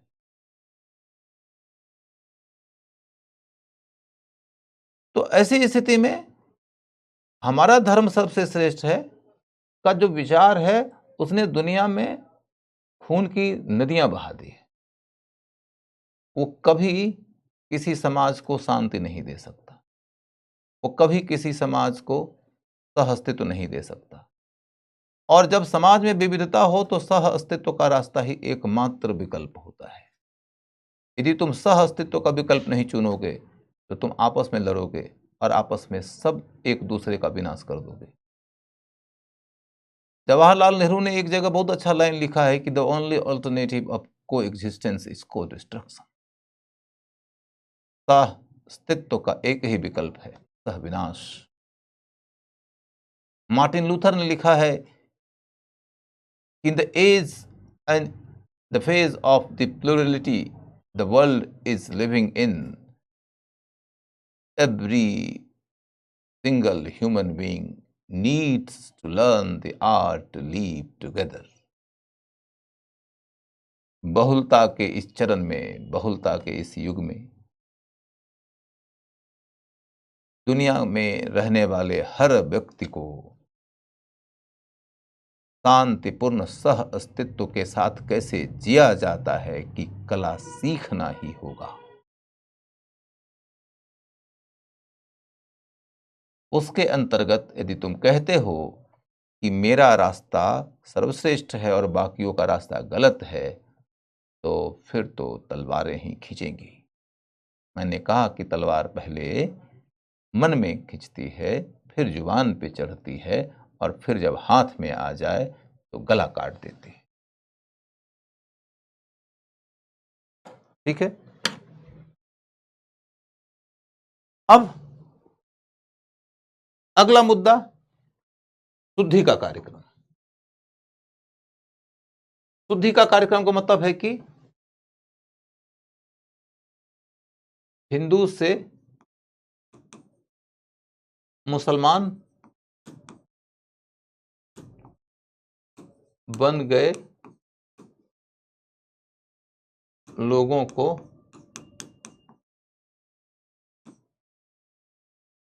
फिर से हिंदू बनाने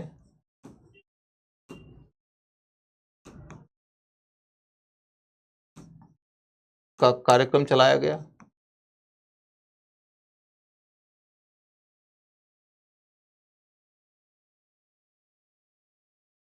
कार्यक्रम चलाया गया।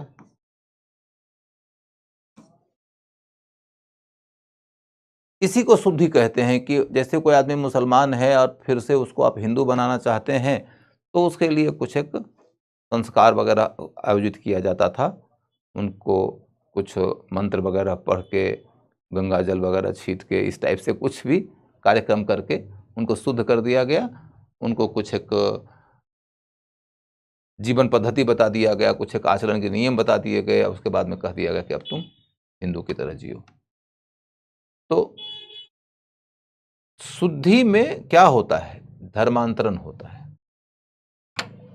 लेकिन ये धर्मांतरण शब्द नहीं ठीक है, ये पुनर्धर्मांतरण है। यानी कि ऐसा नहीं है कि जो इस्लाम ही से जुड़ा हुआ रहा आरंभ से, उसका धर्मांतरण है। जो पहले हिंदू थे फिर मुसलमान बन गए, उनको फिर से हिंदू बनाने की कोशिश हो रही है। तो कौन सा शब्द चुनोगे? यह पुनर्धर्मांतरण की एक पद्धति थी। पुनर्धर्मांतरण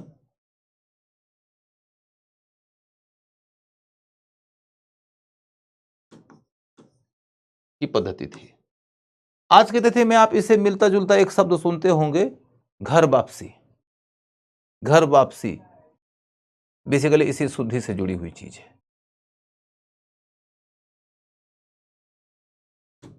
कुल मिलाकर हमारी कहानी इतनी ही है। यदि आप इसको समझ गए तो कोई दिक्कत नहीं है। सर आप ये दिल बना दिए हैं लिखते लिखते। अरे तुम लोग बड़े बदमाश हो भैया। मैं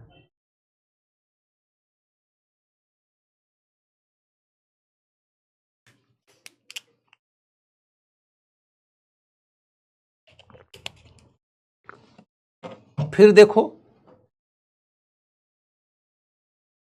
स्वधर्म स्वदेशी, स्वधर्म और स्वभाषा की बात हो गई। स्वदेशी, स्वदेशी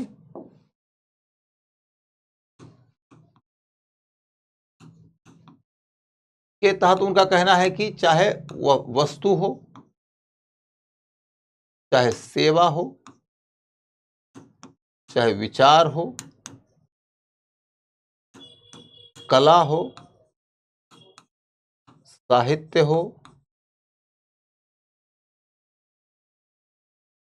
आदि, सब कुछ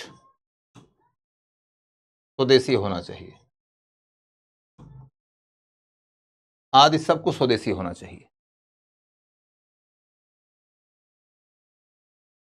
कहते हैं कि विदेशी चाहे जितना भी अच्छा हो, विदेशी कितना भी अच्छा हो,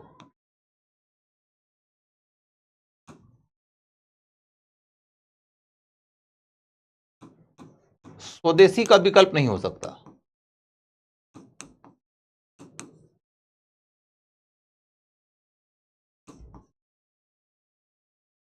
विदेशी कितना भी अच्छा हो, स्वदेशी का विकल्प नहीं हो सकता।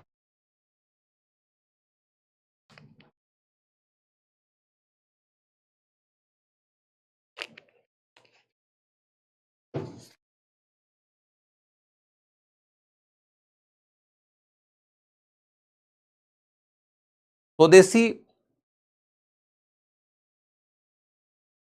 का विकल्प नहीं हो सकता। विदेशी चाहे कितना भी अच्छा हो, स्वदेशी का विकल्प नहीं हो सकता। उसके बाद तब अगला मुद्दा क्या है कि ये देखो कि आगे चलकर स्वदेशी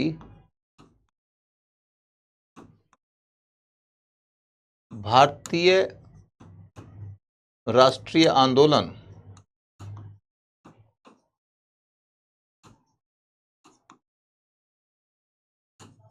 और जीवन पद्धति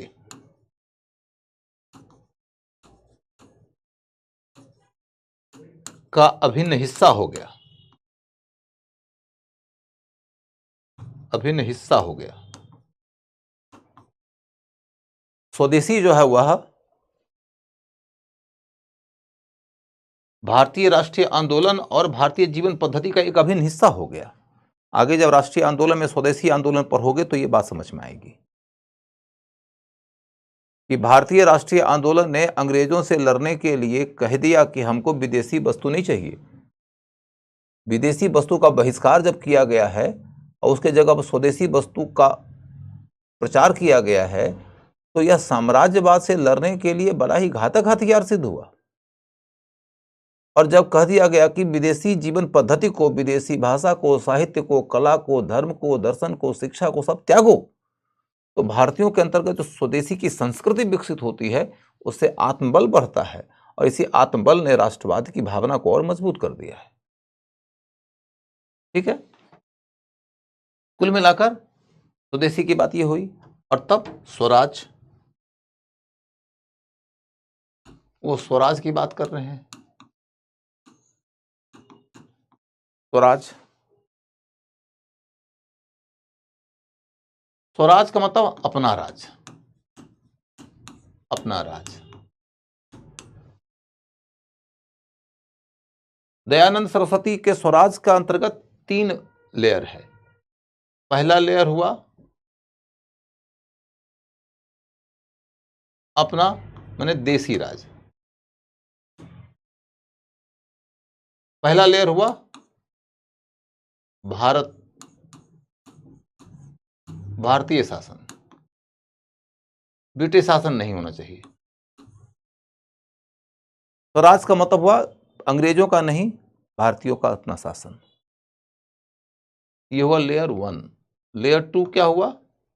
भारतीय जनता का शासन। जनता का शासन माने डेमोक्रेसी। डेमोक्रेसी। और तीसरा लेयर क्या है? थर्ड लेयर क्या है? तीसरा चरण क्या है? तो कहते हैं अपनी आत्मा का शासन। अपनी आत्मा का शासन। स्व माने तुम एक आत्मा हो। यहां पर स्वराज का जो विचार दिए हैं दयानंद सरस्वती, जिसे कि भारत ने आगे चलकर अपनाया है, विशेष तौर पर गांधी जी ने अपनाया है, उसके अंतर्गत यह बात उल्लेखनीय है कि यह वेद से ही उपजा हुआ विचार है।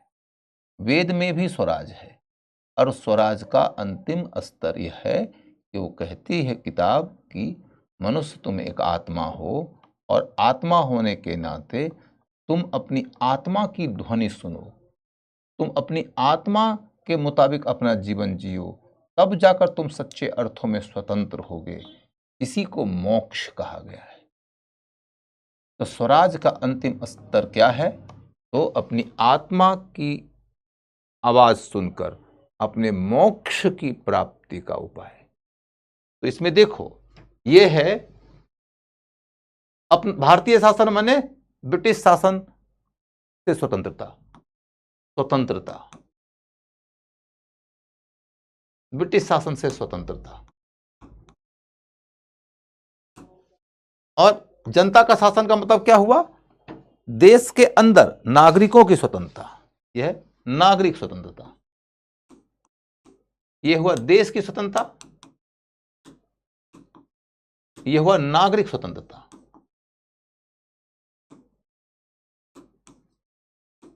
और यह हुआ आध्यात्मिक स्वतंत्रता।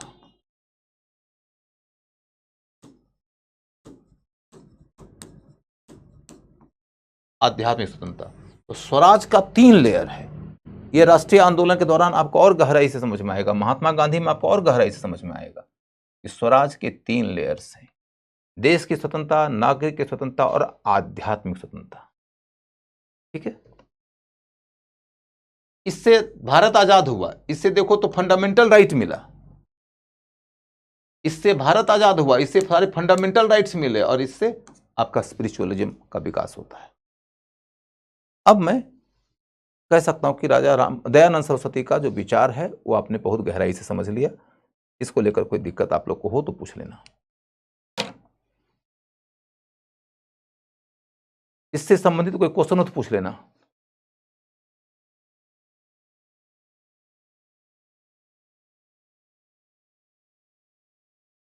ए भाई लोग, तुम लोग आपस में किस बात की लड़ाई लड़ रहे हो मुझे समझ में नहीं आ रहा है। किस बात की लड़ाई तुम लोग लड़े जा रहे हो जी? कौन से बात पे तुम लोगों का आपस का जो विवाद है वो इतना गहरा हो गया है कि तुम लोग किसी किसी तरह से कुछ किए जा रहे हो, लिखे जा रहे हो, बोले जा रहे हो?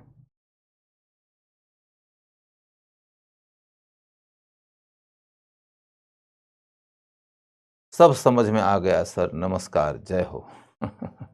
All clear, all clear.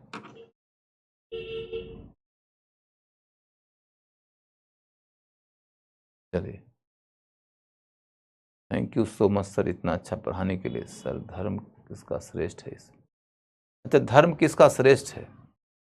जो आदमी इस आधार पर लड़े कि मेरा धर्म श्रेष्ठ है, वह आदमी कम से कम श्रेष्ठ नहीं है।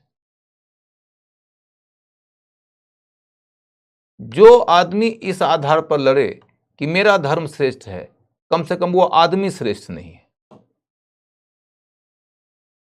तुम अपने धर्म की इज्जत करो, और यदि तुम सही अर्थों में अपने धर्म को समझते हो तो दूसरे धर्म की भी इज्जत करो। यदि तुम दूसरे धर्मों की इज्जत करते हो तो तुम समाजों के अंदर विविधता के बीच में सौहार्द और सह अस्तित्व का अनुकूल भाव मानते हो, और यदि तुम ऐसा नहीं करते हो तुम बहुलतावादी समाजों के लिए एक खतरा हो। अब चाहे तुम जो भी हो, तुम्हारा नाम चाहे फैजल हो, चाहे तुम्हारा नाम रामाशीष हो। समझ गए? अब इस विषय पे चर्चा बंद करिए।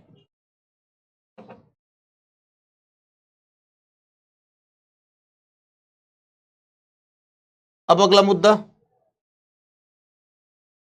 कि योगदान क्या है इनका। तो एक तो समाज और संस्कृति का मार्गदर्शन, समाज और संस्कृति का मार्गदर्शन। उसके बाद दूसरा योगदान क्या है भैया?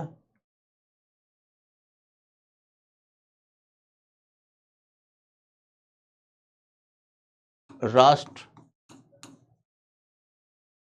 भावना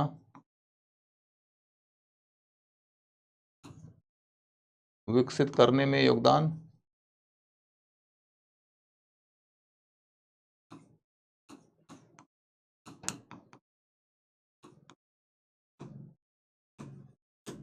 राष्ट्रवादी भावना विकसित करने में योगदान,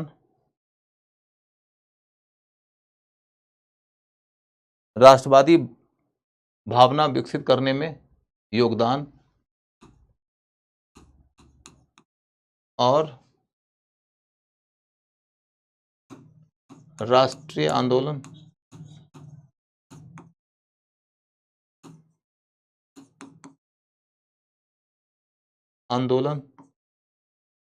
में भूमिका,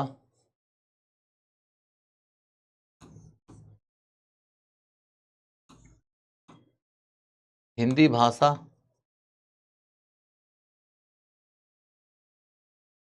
के विकास में योगदान,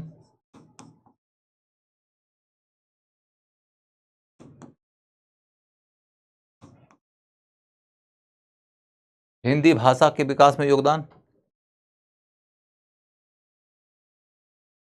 उसके बाद हिंदी भाषा के विकास में योगदान,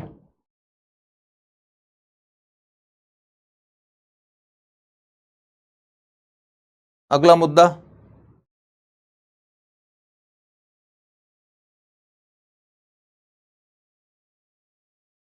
इन्होंने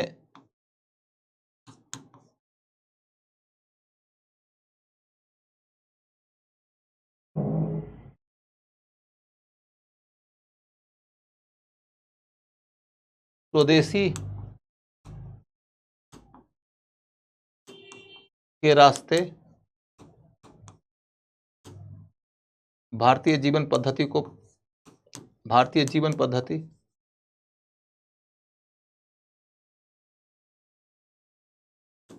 प्रभावित किया।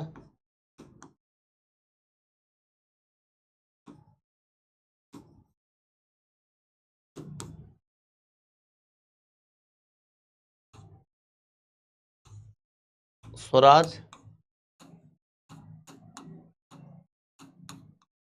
के इनके विचार को गांधी ने अपनाया। स्वराज का इनका विचार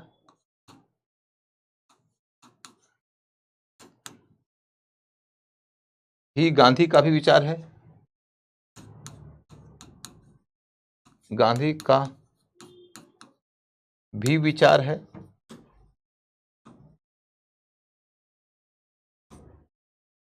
और फिर शिक्षा में योगदान,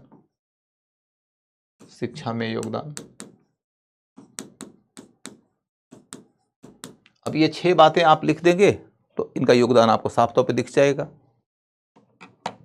यदि आपने ये 6 बातें लिख दिया तो आपका योगदान बड़े स्पष्ट तौर पर दिख जाएगा। आप में से किसी को भी इन 6 बातों में दिक्कत नहीं आनी चाहिए, क्योंकि मैं पीछा पूरा का पूरा एक्सप्लेन करके आया हूं। 1 मिनट टाइम दीजिएगा, 1 मिनट।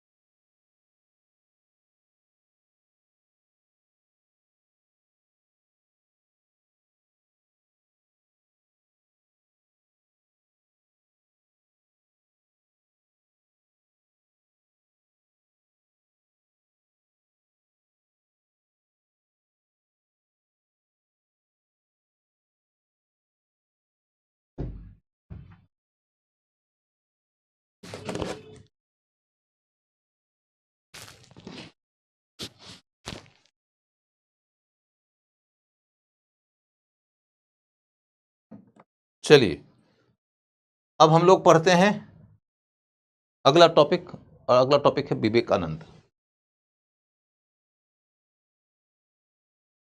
विवेकानंद,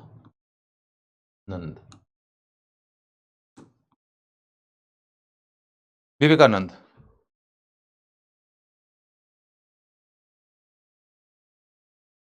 विवेकानंद के अंतर्गत पहला पॉइंट, जीवन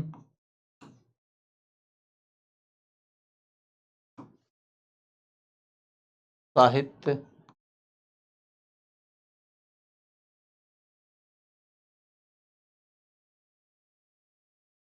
दर्शन माने शिक्षा विचार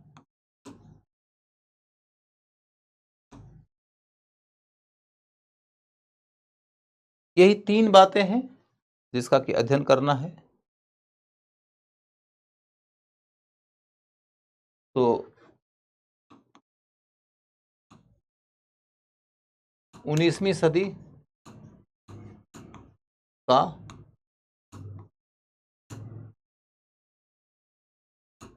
अंतिम चरण, 19वीं सदी के अंतिम चरण में विवेकानंद सक्रिय हुए। जीवन से संबंधित दूसरी महत्वपूर्ण बात इनकी यह है कि ये इंडियन एंड वेस्टर्न दोनों शिक्षा हासिल किए थे। इंडियन और वेस्टर्न दोनों शिक्षा लिए थे।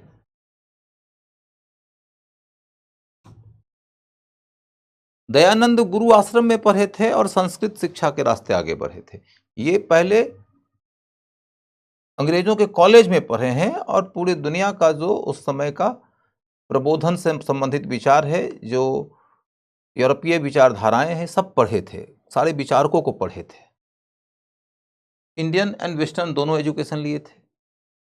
इसके बाद ये रामकृष्ण परमहंस, रामकृष्ण परमहंस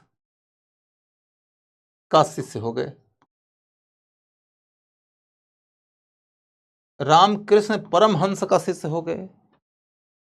ये 19वीं शताब्दी के बहुत महान संत थे, बहुत सादगी पसंद व्यक्ति थे, बहुत संयमी व्यक्ति थे, बहुत सरल व्यक्ति थे, बहुत गहन व्यक्ति थे। और इनका ये ख्याल था कि हिंदू, मुस्लिम, सिख, इन सब लोगों के धर्म की शिक्षा मोटे तौर पर एक ही है। ये सब अलग अलग पूजा पद्धति वाले लोग हैं, अलग अलग नाम से भगवान को बुलाते हैं।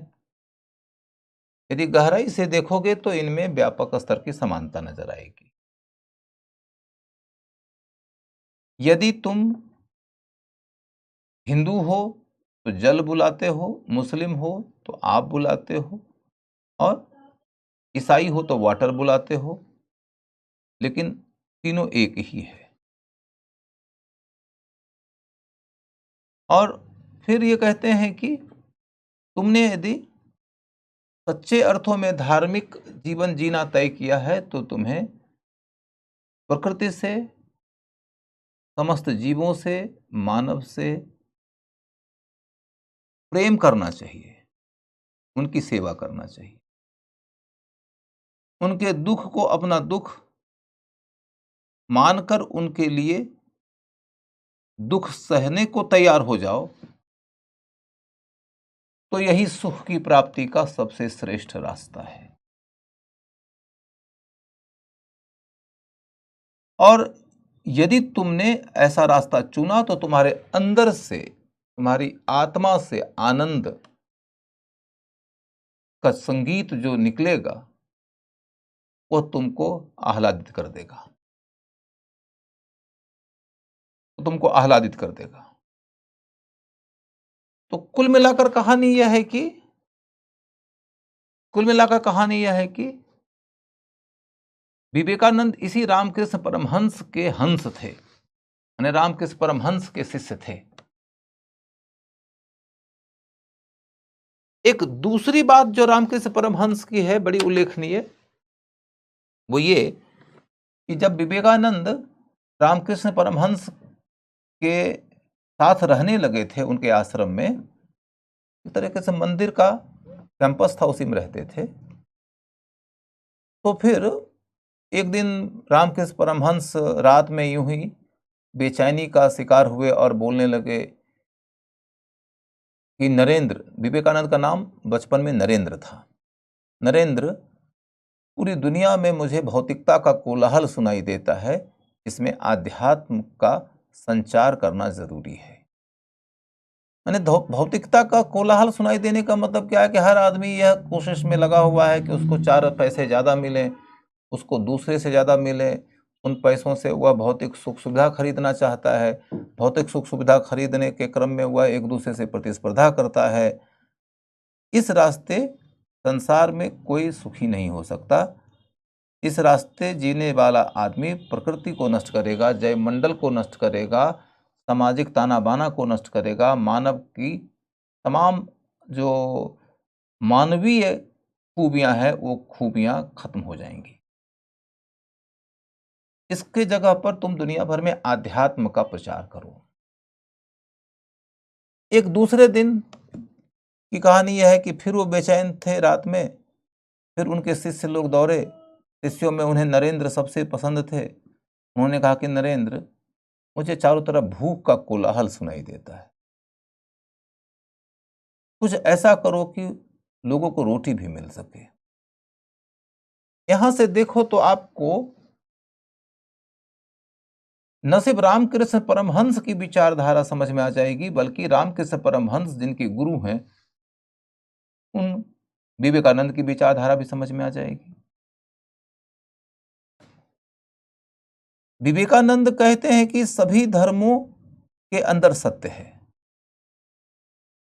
अतः जब भी तुम किसी धर्म को मानते हो तो तुम उस धर्म के सार को समझो और उसके मुताबिक तुम जीव मात्र की सेवा करने का रास्ता चुन लो। तुम अपने धर्म के बेहतर अनुयायी हो जाओगे। इसी क्रम में उन्होंने कहा कि मैं उपनिषद का विचारक हूं और उपनिषद यह सिखाता है कि जीव में ही शिव होते हैं, माने जीव में ही ईश्वर है। उस जीव की सेवा ऐसे करो कि तुम ईश्वर की सेवा कर रहे हो। उपनिषद यह सिखाता है कि तुम निर्लिप्त हो जाओ, माने तुम इच्छाओं से ऊपर उठ जाओ, तुम निर्द्वंद हो जाओ, क्या करें क्या ना करें उससे ऊपर उठ जाओ, तुम निर्भीक हो जाओ, फिर तुम निर्विकार हो जाओगे, निर्दोष हो जाओगे और फिर तुम ईश्वर के समान हो जाओगे। वो कहते हैं कि मेरी दी गई शिक्षा को यदि कोई मुसलमान अपना लेगा तो वह बेहतर मुसलमान हो जाएगा।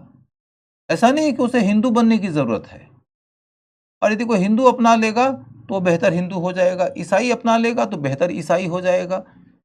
तो दयानंद सरस्वती जहां कह रहे हैं कि मेरा धर्म श्रेष्ठ है, वहीं विवेकानंद कह रहे हैं कि मैं तो कुछ सामान्य सी शिक्षाएं दे रहा हूं, मेरे द्वारा दी गई शिक्षा को अपना लो तो तुम मुसलमान हो तो बेहतर मुसलमान हो जाओगे।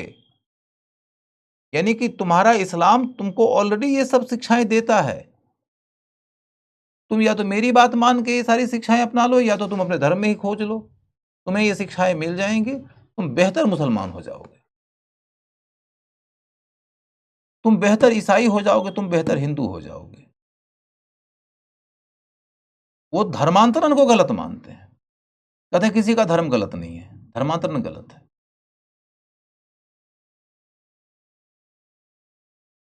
सभी धर्मों के लोगों के बीच में शांतिपूर्ण सह अस्तित्व की शिक्षा देते हैं। उनका कहना है कि यदि व्यक्ति सच्चे अर्थों में धार्मिक होगा तो वह नैतिकता की ओर मुड़ेगा, वो आध्यात्मिकता की ओर मुड़ेगा, वो सेवा की ओर मुड़ेगा। लेकिन जो संघर्ष की ओर मुड़ गया हाथ में तलवार लेकर, वो धार्मिक है ही नहीं, वो धर्म का धंधा करता है। समझ गए? जिसके हाथ में तलवार है और वह दूसरे का गला उतारने के लिए तत्पर है,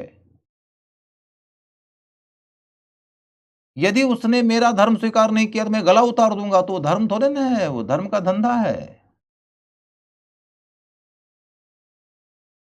जो सच्चे अर्थों में धार्मिक है वह नैतिकता, आध्यात्मिकता, प्रेम, सेवा, दया, क्षमा आदि के रास्ते पर मुड़ेगा। हां, ये बात है कि यदि हमारे रास्ते में कोई बाधा हो जाए, हमारे धर्म को कोई यदि नष्ट करने लगे, तो हाथ में तलवार लेना पड़ता है। हमारे धर्म को कोई नष्ट करने लगे तो हाथ में तलवार लेना पड़ता है। वो धनुष राम भी उठाए थे, वो सुदर्शन चक्र कृष्ण भी चलाए हैं, और इसी आधार पर आप पैगंबर मोहम्मद के भी हाथ में तलवार देख सकते हो, और वो कटारी आपको गुरु गोविंद सिंह के भी हाथ में नजर आएगी। लेकिन जब धर्म की रक्षा के लिए हाथ में हथियार हो तो वह न्याय संगत है। किंतु यदि वह हथियार इसलिए आ गया है क्योंकि हमको धर्म का प्रचार करना है, दूसरे के धर्मों के ऊपर हमला करके उनके धर्म के अनुयायियों को अपने धर्म का अनुयायी बना देना है, तो ये धर्म का धंधा है, ये गोरख धंधा है। विवेकानंद के धर्म को समझ लो कि वो बेसिकली सभी धर्मों के लोगों को कह रहे हैं कि तुम्हारा धर्म अच्छा है, तुमको अपना धर्म त्यागने की जरूरत नहीं है, तुम अपने धर्म के श्रेष्ठ तत्वों को समझो, उसको अपनाओ। मैं तो कुछ सामान्य सी बातें बता रहा हूं, मेरी बात मान लो तो धर्मांतरण की जरूरत नहीं है, तुम अपने धर्म के ही बेहतर अनुयायी हो जाओगे। समझ गए?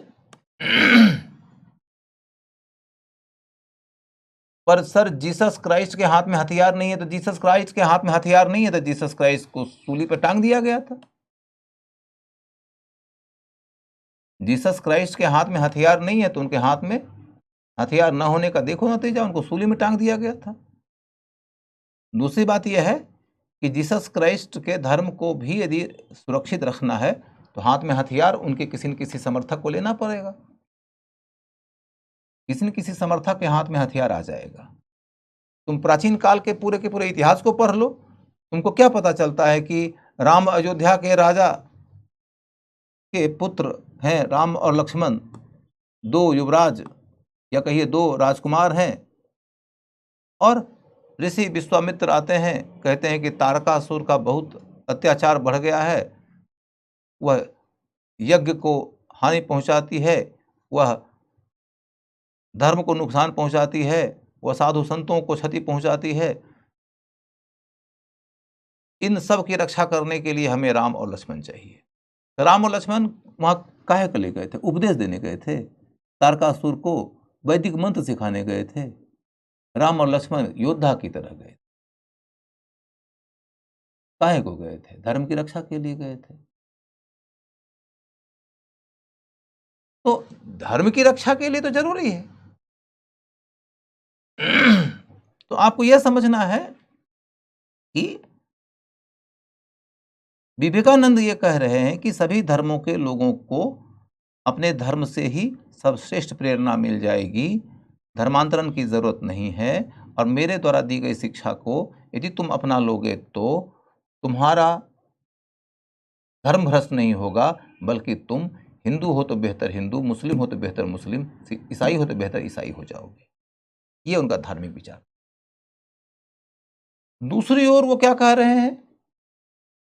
दूसरी ओर वो कह रहे हैं कि भौतिकता के रास्ते पर चलता हुआ मानव कभी भी आंतरिक आह्लाद, आंतरिक आनंद महसूस नहीं कर सकता। यदि व्यक्ति को आंतरिक आनंद चाहिए, आंतरिक आह्लाद चाहिए, असल आनंद चाहिए, स्थायी आनंद चाहिए, तो उसे भौतिकता की सीमा को समझना पड़ेगा और आध्यात्मिकता की ओर मुड़ना पड़ेगा। ये दूसरा विचार है। और तीसरा विचार उनका यह है कि यदि व्यक्ति अपने आंतरिक आह्लाद के रास्ते, आध्यात्मिक विकास के रास्ते आगे बढ़ने की कोशिश कर रहा है, लेकिन यदि वो भूखा है तो उसका आध्यात्मिक विकास संभव ही नहीं है। अतः व्यक्ति को आध्यात्म की शिक्षा मात्र मत दो। यदि वह भूखा है तो उसे पहले रोटी दो, क्योंकि रोटी भूखे का पहला भगवान होता है। और उसके बाद फिर अगली शिक्षा उनकी राष्ट्रवाद से जुड़ जाती है, जिसके तहत मैंने बताया है कि वो कहते हैं कि मैंने देवी जगदम्बा को ही भारत माता के रूप में देखा है। किंतु देवी जगदम्बा सबकी मां है, चाहे वह अछूत हो और चाहे ब्राह्मण हो। अतः सबके बीच में बंधुत्व होना चाहिए। उसके बाद का अंतिम विचार यह है कि तुम्हें अपने रास्ते को सर्वश्रेष्ठ रास्ता मानने की गलती नहीं करना चाहिए। सबके अलग अलग रास्ते हो सकते हैं। कोई भक्ति मार्गी हो सकता है, कोई ज्ञान मार्गी हो सकता है, कोई कर्म मार्गी हो सकता है, कोई प्रेम मार्गी हो सकता है, कोई राजमार्गी हो सकता है। रास्ते अनेक हो सकते हैं, लेकिन जो भी तुम्हारे आसपास गलत नजर आता है, उस गलत का यदि तुम विरोध नहीं करते तो तुम कायर हो। अतः यदि तुमको सत्य के मार्ग पर चलना है तो तुमको पराक्रमी होना पड़ेगा। उनके पराक्रम का ये जो दर्शन है वह राष्ट्रीय आंदोलन में बहुत काम आया है। क्योंकि यदि आसपास में आपको साम्राज्यवाद गलत नजर आता है तो साम्राज्य का विरोध करने लगते हैं। ये सारी बातें हैं जिसको लिखने का काम हम लोग अगले क्लास में करेंगे। आज बस इतना ही।